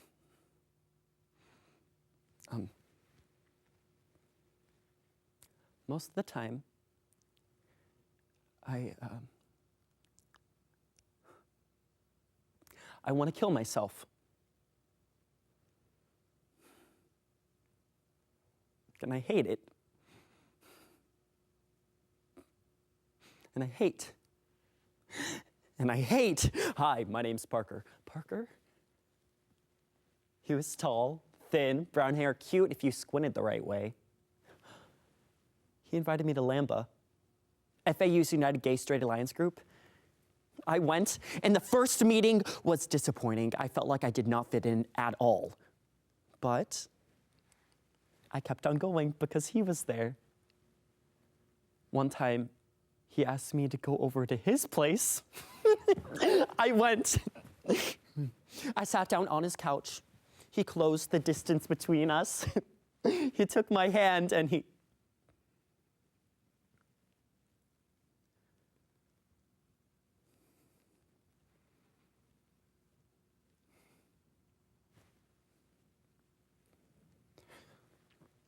Parker, I'm gonna go. Then he pulled me back onto the couch and got on top of me. He took off his shirt, his pants, and then I just closed my eyes. It was like time froze. And when it was over, I just went back to my place, and I just cried. Because Parker used me.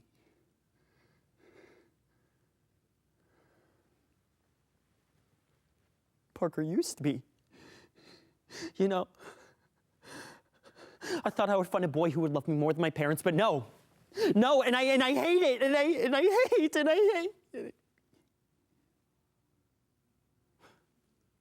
Then I see a bottle of Tylenol.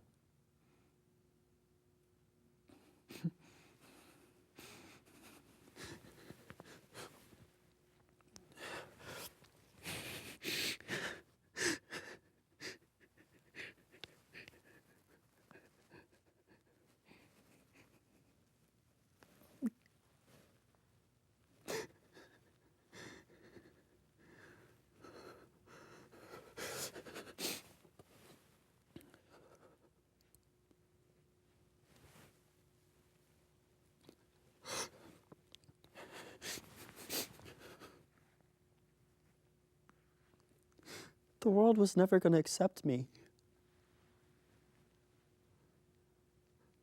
The world was never going to allow me to be happy.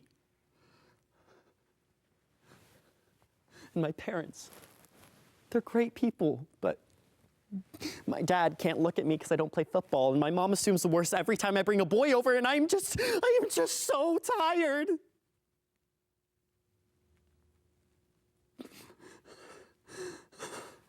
So tired.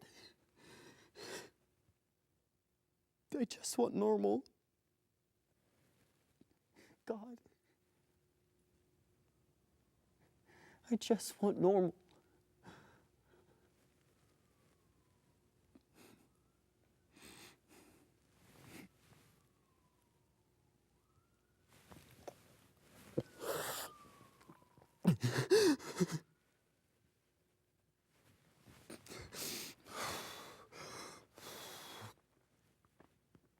This is me killing myself.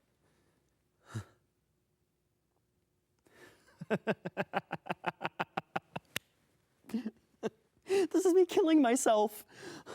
You know, my life doesn't make any sense. You know, the people in it, me, my life, my parents. Ow. I'm killing myself.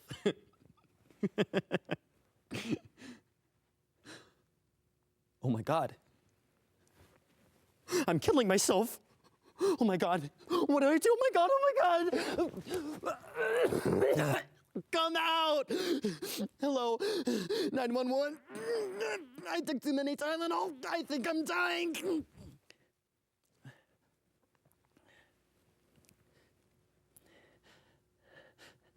I woke up in the hospital.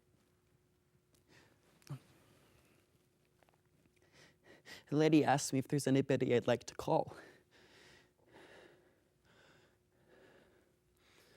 My mom. Can you please call my mama? I'm alive. I'm alive.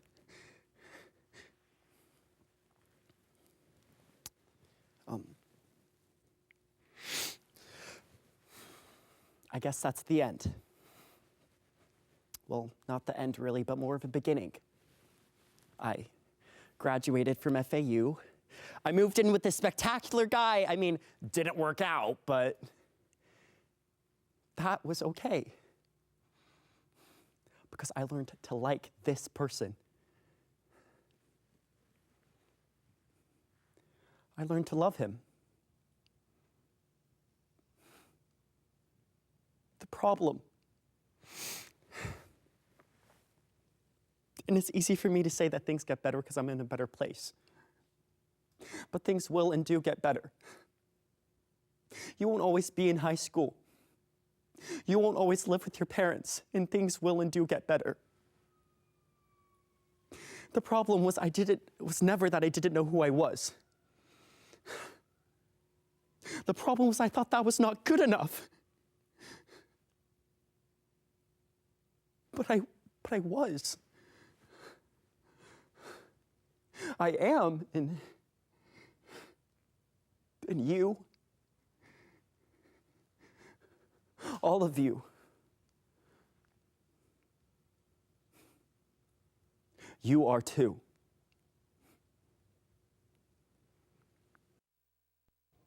Dawson, Tommy, congratulations on an outstanding season and performance today. Coach, we'll start with you. How much work have you seen Dawson put in and dedication throughout this entire year? He has worked, we start working on these in the summer, last summer. And so we recut. Actually, Dawson did all the work on this. And so I've seen him practice quite a bit. Yeah. Dawson, it was an emotional performance, of course. How much strength did it take for you to create this and perform it? Well, this story, Brave Face, it's something that a lot of LGBTQ plus people live with across America. It did take a lot of strength to perform it because it takes a lot of personal stuff that's happened to me, like it reminds me of. And but that doesn't really matter to me because there's a whole bunch of kids across Nebraska who don't feel like they belong. And sadly, they do take their own lives. And that's something that's awful, and that's why I did this piece, because I knew I would be helping at least one person out there. So. How important is that to share this message for you? So important. You saw how that was not acting. I was crying. Because I know that I have had some times where I've been, it's a little hard to talk about, but it's one of the most important things in my life, knowing that people are not alone and that there is someone there that is like you. Well, congratulations. It was an amazing performance. Thank you both so much for your time. We really appreciate it. Thank you. After this short break, we'll be back with the State Speech Spotlight in the category of informative. If you or anyone you know is struggling with mental health and well-being, help is available. Call or text the Suicide and Crisis Lifeline at 988.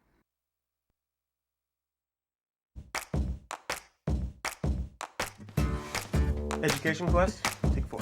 Why do you want to go to college? I get to figure out what I want to do with my life. Independence, living on your own. I need to prepare myself for the future. What's your biggest challenge in going to college? Probably the hardest part is the application. Deciding where I want to go. College is a little scary. It's a lot harder and a lot more work. The financial side of it is really confusing. So what if you had a friend you could ask?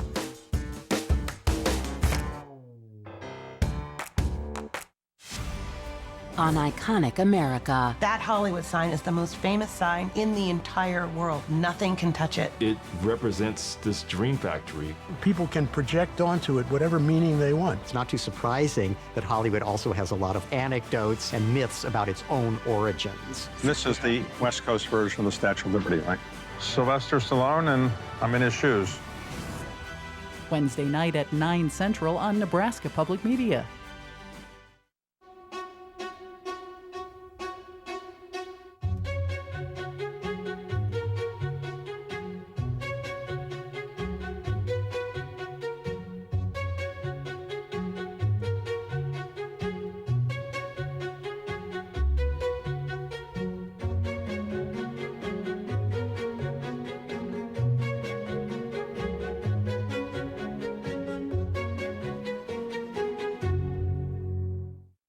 I'm Emily Sanday. Both sets of my grandparents were involved in violent struggles in Africa. One tasked with upholding the British Empire. All who carry the mark of the Mau Mau must be hunted out so that peace may come to this troubled colony. The other trying to overthrow it. People like your grandfather fought against these policies and they demanded independence. My grandparents' war. Tuesday night at 8 Central on Nebraska Public Media.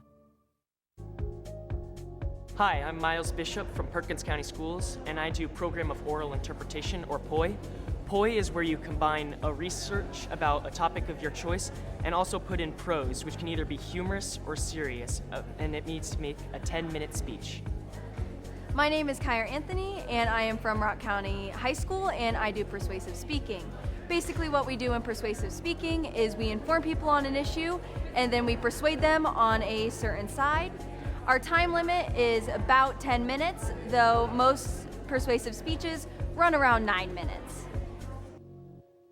And we're back with something brand new. Speech is something that offers experience and value to students with a wide range of abilities. This year, the NSAA has chosen to spotlight a speech that, while not an award winner, presents an important topic that deserves to be heard by a larger audience. So here, for the first time, we have the State Speech Spotlight in the informative category presented by Eden Coppersmith from Paxton High School.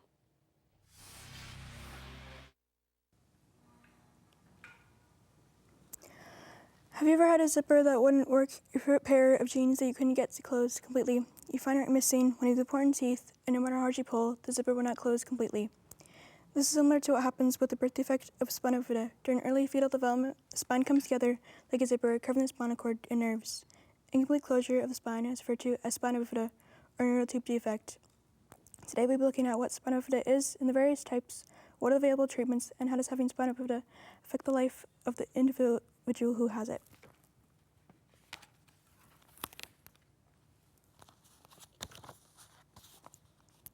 Spina bifida occurs during the first 28 days of pregnancy when the neural tube is first developing. The literal meaning of spina bifida is split spine. Spina bifida often occurs before a woman knows she is pregnant. The defects can be so minor that the individual doesn't know they have it until some tests reveal it. It can also be such a serious defect that the individual doesn't survive. Most people fall between those two extremes. In the United States, spina bifida affects almost 1,500 to 2,000 of the more than 4 million babies born in each year. It's estimated that 1,000 people in Nebraska have spina bifida, and half are adults. There are different types of spina bifida. Occulta is the mild form, which is covered by the skin, and this individual may not know they have it. A tuft of hair is located at the spot and could be the only indication of an injury. Meningeal is a fluid-filled sac with no spinal cord involvement, which usually means minimal symptoms. Myelomeningeal is a fluid-filled sac covering the hole, but that has some of the spinal cord sticking out, which is how the damage occurs. The severity of the problem depends on the level of the spinal injury, which may be found anywhere along the backbone. From this point, I'll be focusing on this type of spina bifida since the most severe form can cause disability in 99% of those patients. The causes of spina bifida are not completely known, but research has shown the folic acid should be taken by anyone who could eventually become pregnant, as has decreased the frequency of the birth defect. Now that we have looked at what spina bifida is and the various treatments, we'll look at the various treatments available for spina bifida.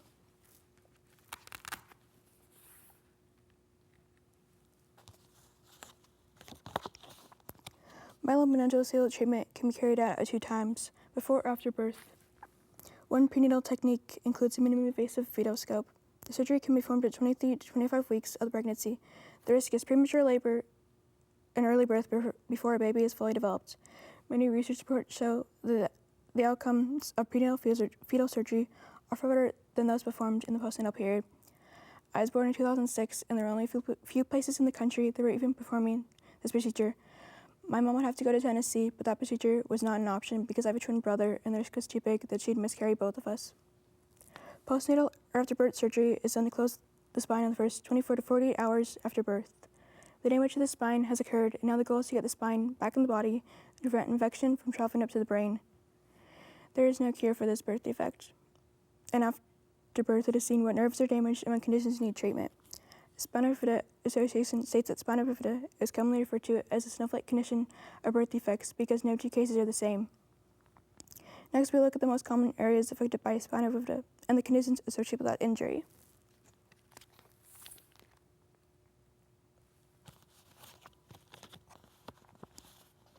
As stated earlier, the neurotube closes like a zipper in the first 4 weeks of fetal development. If the neurotube fails to close at any point, all areas south of the point at which the zipper gets caught are affected. So the higher up in the spine, the more severe the birth defect. The most common areas directly affected in spina bifida are the lower back and seat area of the spine. If a malformation is located in the seat region, the inner legs and possibly feet are involved. Walking independently may occur, although parts of the leg experience numbness that may or may not have bowel bladder control. One example is a boy that was playing football in high school but had 23 surgeries on his bowels. If the upper lumbar region is affected at 1 to 03, the person will experience numbness and or paralysis from the waist down and probably not be able to walk. They'll be wheelchair bound and will not have control of their bowel and bladder functions. My injury is in the L2 to L4 region. Just by knowing where that injury occurred will give medical staff an indication of the problems that individual may experience. Secondary malformations occur in practically all spina bifida children. Because of the spinal defect, one of the most common is hydrocephalus, where the spinal fluid is blocked from flowing freely. This involves a shunt being placed in the brain, having a tube that goes into the stomach to dump the extra cerebrospinal fluid from building up in the brain. Shunt malfunction can be a problem if they stop working or become infected. Surgery is needed to correct the problem. Shunt problems used to cause early deaths in spina bifida, so many people did not live past their early 30s. Fortunately, many improvements have been made, so the lifespan has been extended. Other problems that come as a result of hydrocephalus include issues of making decisions and organizing that affect independence, memory issues, or learning issues with math, reading, and writing are also frequently seen. Just like the physical issues are hit and miss depending on the nerve damage, so too the cognitive and learning issues. The learning disabilities are often more challenging than the physical issues of spina bifida. Neurogenic bowel and bladder means the nerves aren't there to make them function properly. This involves multiple surgeries, medications, and different procedures to get rid of the waste the body produces on a daily basis. It involves a lot of time and effort. According to the American Kidney Fund, babies born with spina bifida usually have normal kidney function at birth, but 26% of adults with spina bifida have some kidney damage, and similar to progressive kidney failure, require dialysis or a kidney transplant to survive. Orthopedic issues include walking and mobility problems, scoliosis, abnormal growth, which is located in the hip bone, and joint deformities. Muscle contractures, the orthopedic issues are treated with surgery, braces, or being in a wheelchair. Those who have spina bifida need to be monitored their entire life for both secondary and primary malformations.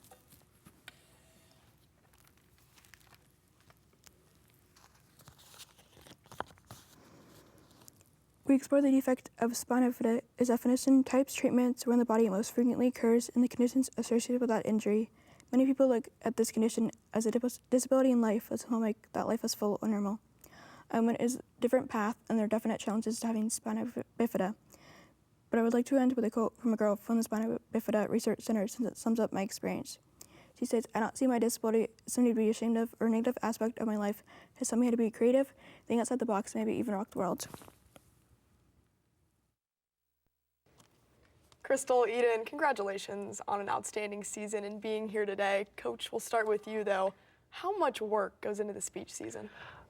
Most of it is on the kids themselves. I mean, we show up and there's long days during the speech season on the Saturdays that we compete. And for Eden, that was a huge undertaking because it's difficult, sometimes up to 12 hours that we're at the competitions. And a lot of that's waiting for a few minutes of just nervousness, and then you're waiting again. So that's how speech competitions seem to work. So.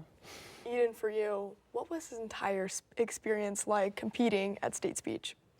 It was fun, but it was nerve-wracking being on the big stage there. And it was fun.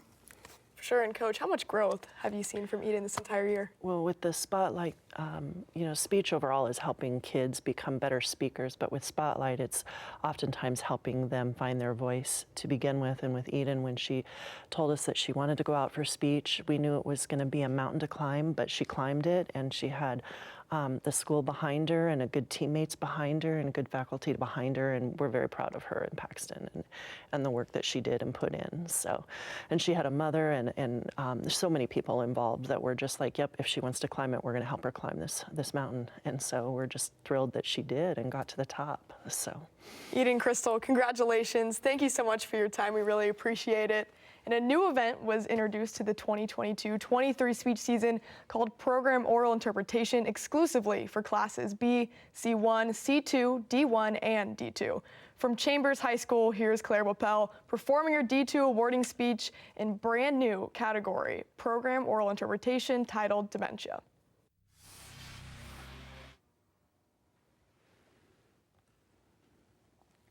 His mind has holes. I reach into each, feeling my way through the darkness of memories dimmed, wondering what I will grasp that he can't anymore. His mind has holes, yet his heart is so full, beating with each breath like a clock. Tick, tick, tick, ticking the days away.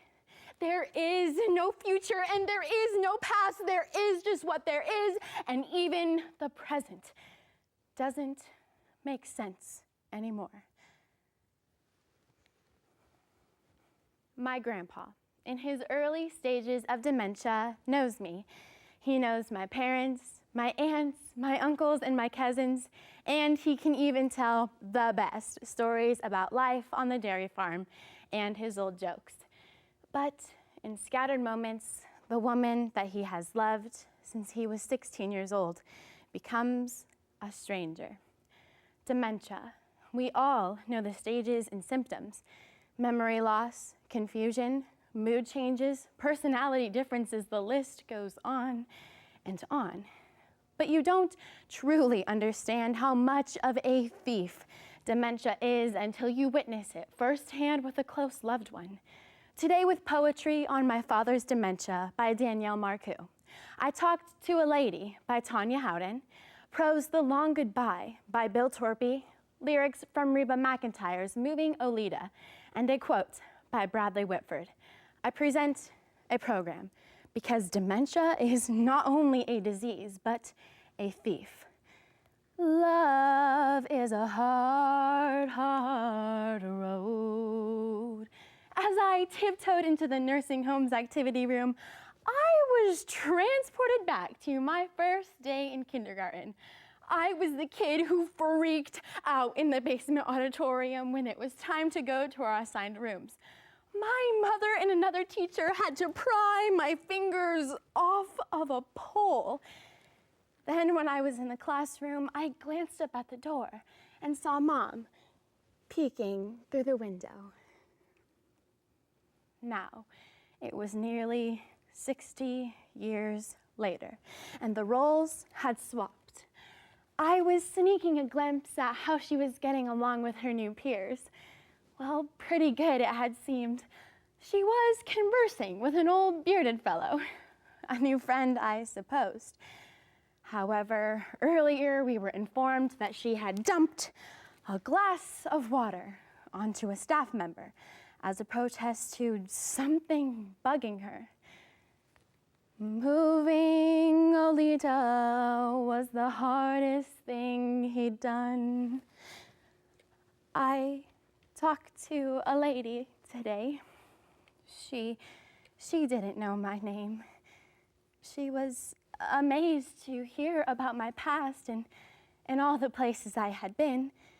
Her daughter's life, so similar, filled her with awe and fear. She looked at me, bewildered. Could this be real? We talked about her family. We talked about her past. We talked about the folks she'd known, their walk, their talk, their cheer, the ones who flooded through her world and the ones who stopped to share. The nurses saw an old woman crying, but he saw the love of his life.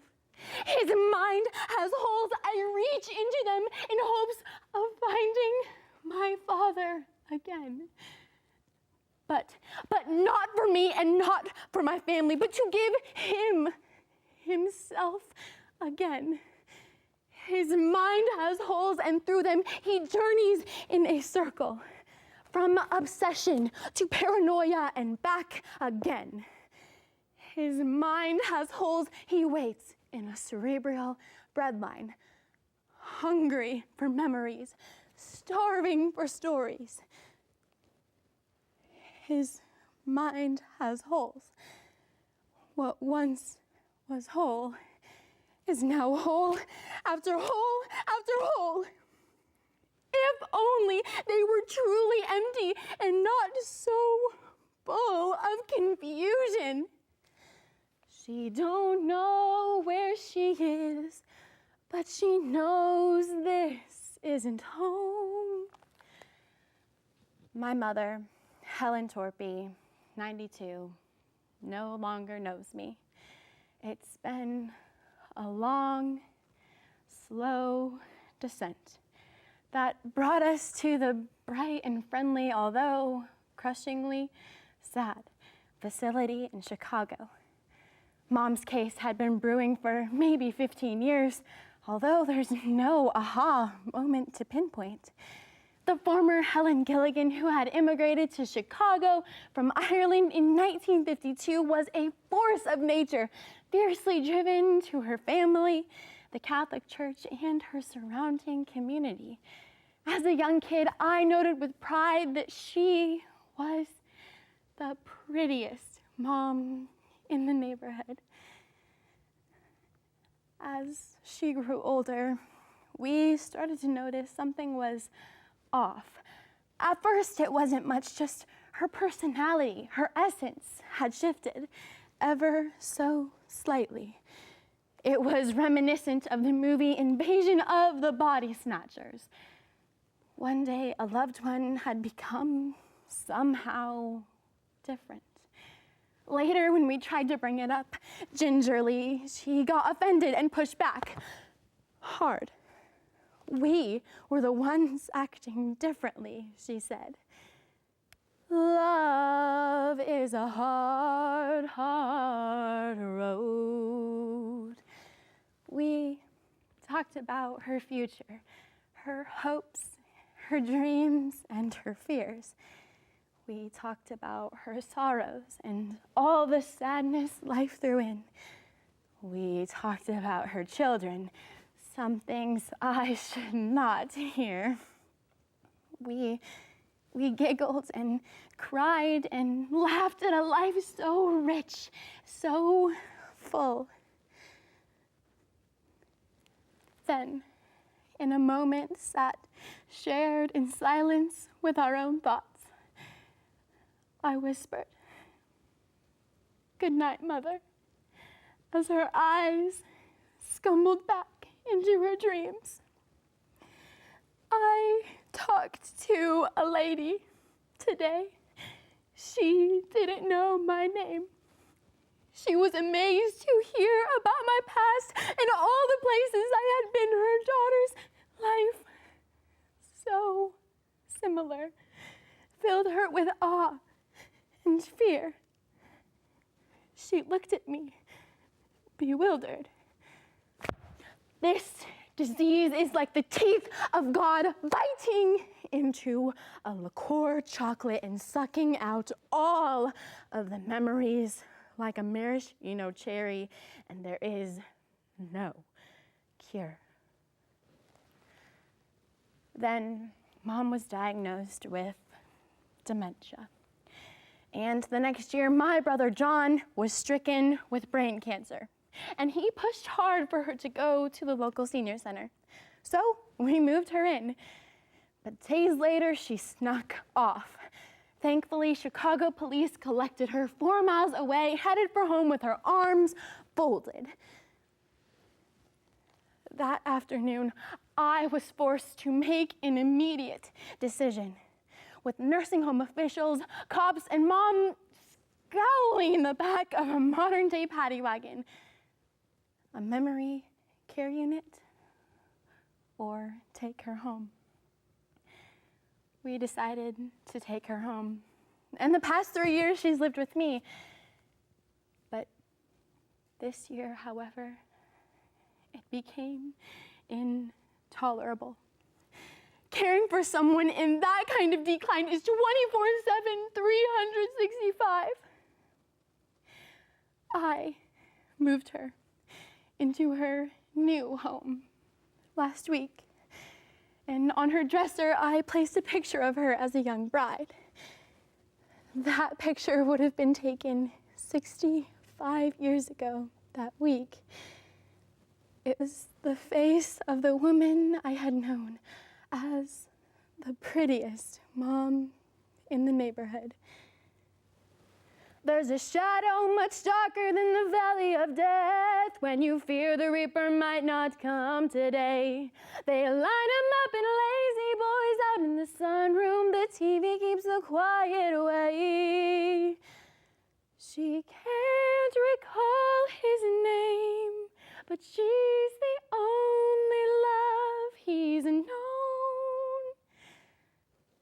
Love is a hard, hard road.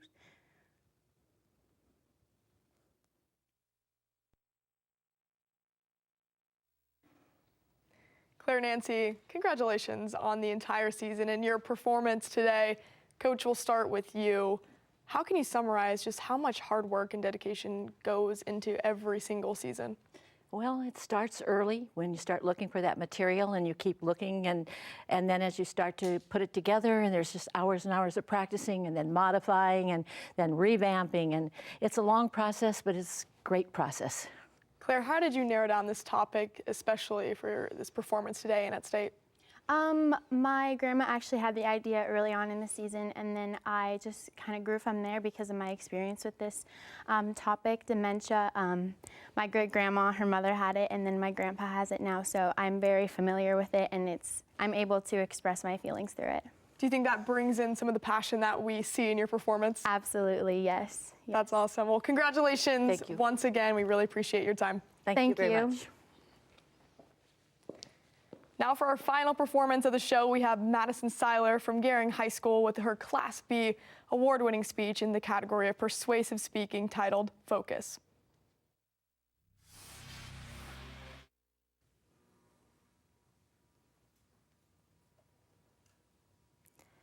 I'm standing here before all of you today to make an important announcement.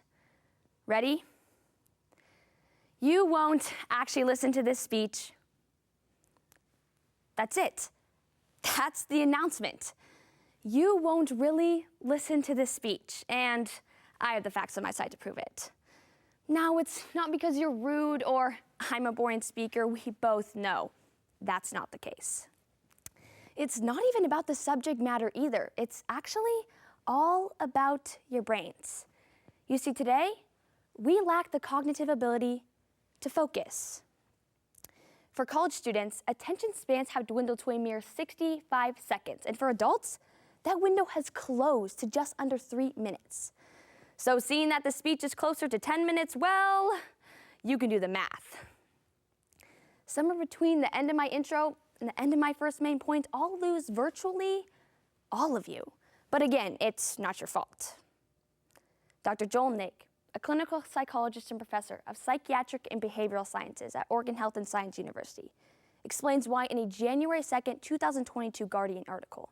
Simply put, we now live in an intentional, pathogenic culture. Basically, everything in our society undermines our ability to focus, and that's my concern. Our focus was stolen, and we need to take it back. So let's prepare for one of the greatest heists in history. In the process, maybe you'll pay attention. First, let's trace the cause of our loss of focus. Next, let's plan for the dangers before finally recapturing some common sense solutions with focus. To begin, let's trace how we got here in the first place. As Sean Illing bluntly concludes in a February 8, 2022 Vox article, we live in the most distracted time in human history. We drowned ourselves in gadgets, apps, and screens, and buried ourselves under an avalanche of likes, hearts, and retweets.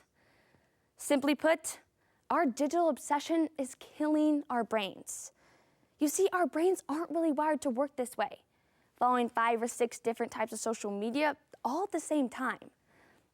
Just ask Dr. Earl Myler, a neuroscientist at Massachusetts Institute of Technology, who argues that your brain can only produce one thought or do one thing well at a time. So when we force our brains to do different tasks all at the same time, like talking to a friend, responding to a Snapchat, and doing math homework, it's like juggling for our brain. Consequently, we don't notice how hard it has to work, but our brain is literally having to reconfigure and recalibrate every few seconds as it switches between each task, and that is exhausting. Science fiction writers have been warning us of a society like this for decades. Dystopian thrillers like Fahrenheit 451 imagined an American held hostage by big screens, short sound bits, and endless diversion, and now we're living that nightmare. In his 2022 book, Stolen Focus, Johann Hari paints a grim picture. He concludes we are all becoming lost in our own lives, which feel more and more like a parade of diversions. That's because we can't discount the distributive influence of the many of the apps we use every day are designed to keep us coming back for more and more and more. Former Google engineer Tristan Harris breaks down the risk in a July 28, 2017 TED Talk. A handful of software engineers maximize how much time we spend on a screen each day by steering the timeline of over 1 billion people. As he warns, technology is not evolving randomly. They know how our psychology works and orchestrate our buy-in. Now that's chilling and dangerous. Now that we've traced the causes of our loss of focus, let's adequately plan for the dangers. The most obvious way that this assault on our focus is endangering us is by harming our productivity. Dr. Gloria Mark found in a 2019 study commissioned by the University of California, Irvine, that on average, every time that we become distracted, whether by a classmate or coworker, a notification or news alert, it takes our brains 25 minutes to return back to a focused state of work. It's no wonder why then so many of us feel like we never get anything accomplished. To test the real impact of this data, I decided to conduct an informal study among the coaches and members on my speech team. On average, we received more than 230 notifications a day. That translates to roughly 14 notifications every waking hour. And if it takes 25 minutes to return back to a focused state after each of those interruptions, well, we're screwed. Additionally, a 2014 study commissioned by Carnegie Mellon University Human-Computer Interaction Lab found that with the constant stream of disruptions coming especially from our phones at any given time, we are losing up to 20% of our brain power. Think about how much we could be doing with that lost 20%. Think of all the problems we could be solving if we are maximizing our focus.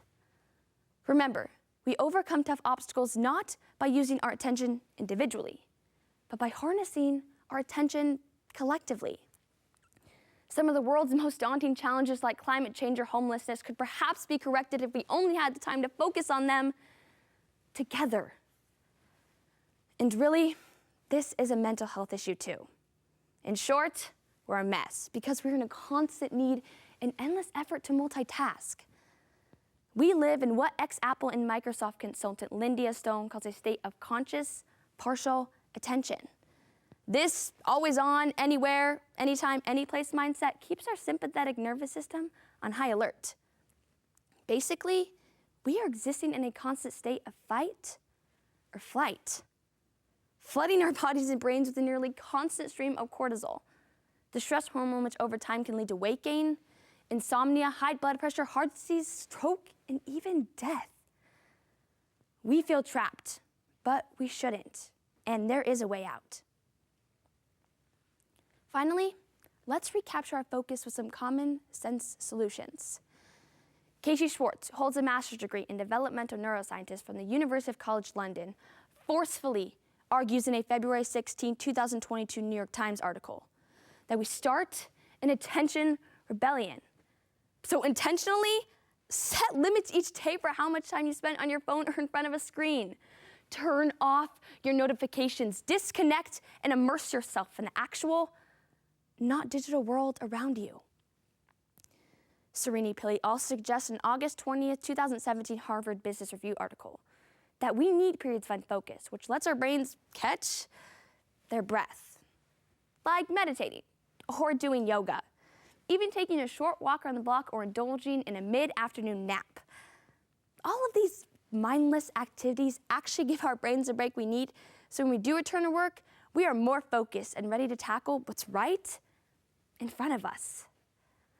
Plus, healthy eating and adequate sleep should be a part to any blueprint for getting our focus back. Dr. Amy Athey warns in a February 22nd, 2022 Psychology Today article that without proper nutrients and rest, we actually start to experience memory loss, which can be catastrophic over time. So ditch the junk food and hit the hay early at night. Learn to like broccoli and take some melatonin. And finally, we need to acknowledge the truth about ourselves, that we are persuadable, and the technology we use every day is designed to keep us coming back for more and more and more. Make no mistake, we are being tracked, quantified, and worse, manipulated. Former Google engineer James William, co-founder of the Center of Humane Technology, contends that we can engage in all the individual action we want to retake our attention. But until we collectively hold the tech companies, app creators, and advertisers accountable, not much will change. So it's time that we demand action. We're basically already at war anyway. Isn't it time that we all join the fight? So today we pulled off one of the greatest heists in history and sought to reclaim our attention. First, we traced the cause of our loss of focus. Next, we planned for the dangers before finally recapturing some common sense solutions with focus. By now we know our focus was stolen and we need to take it back. So do I have proof that any of you actually listened to this speech?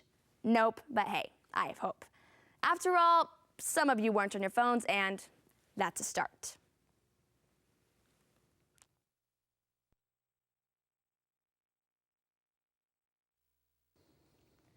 Madison, Tyler, congratulations on the entire season and your work today especially. Coach, we'll start with you though. How have you seen Madison grow through her time in speech?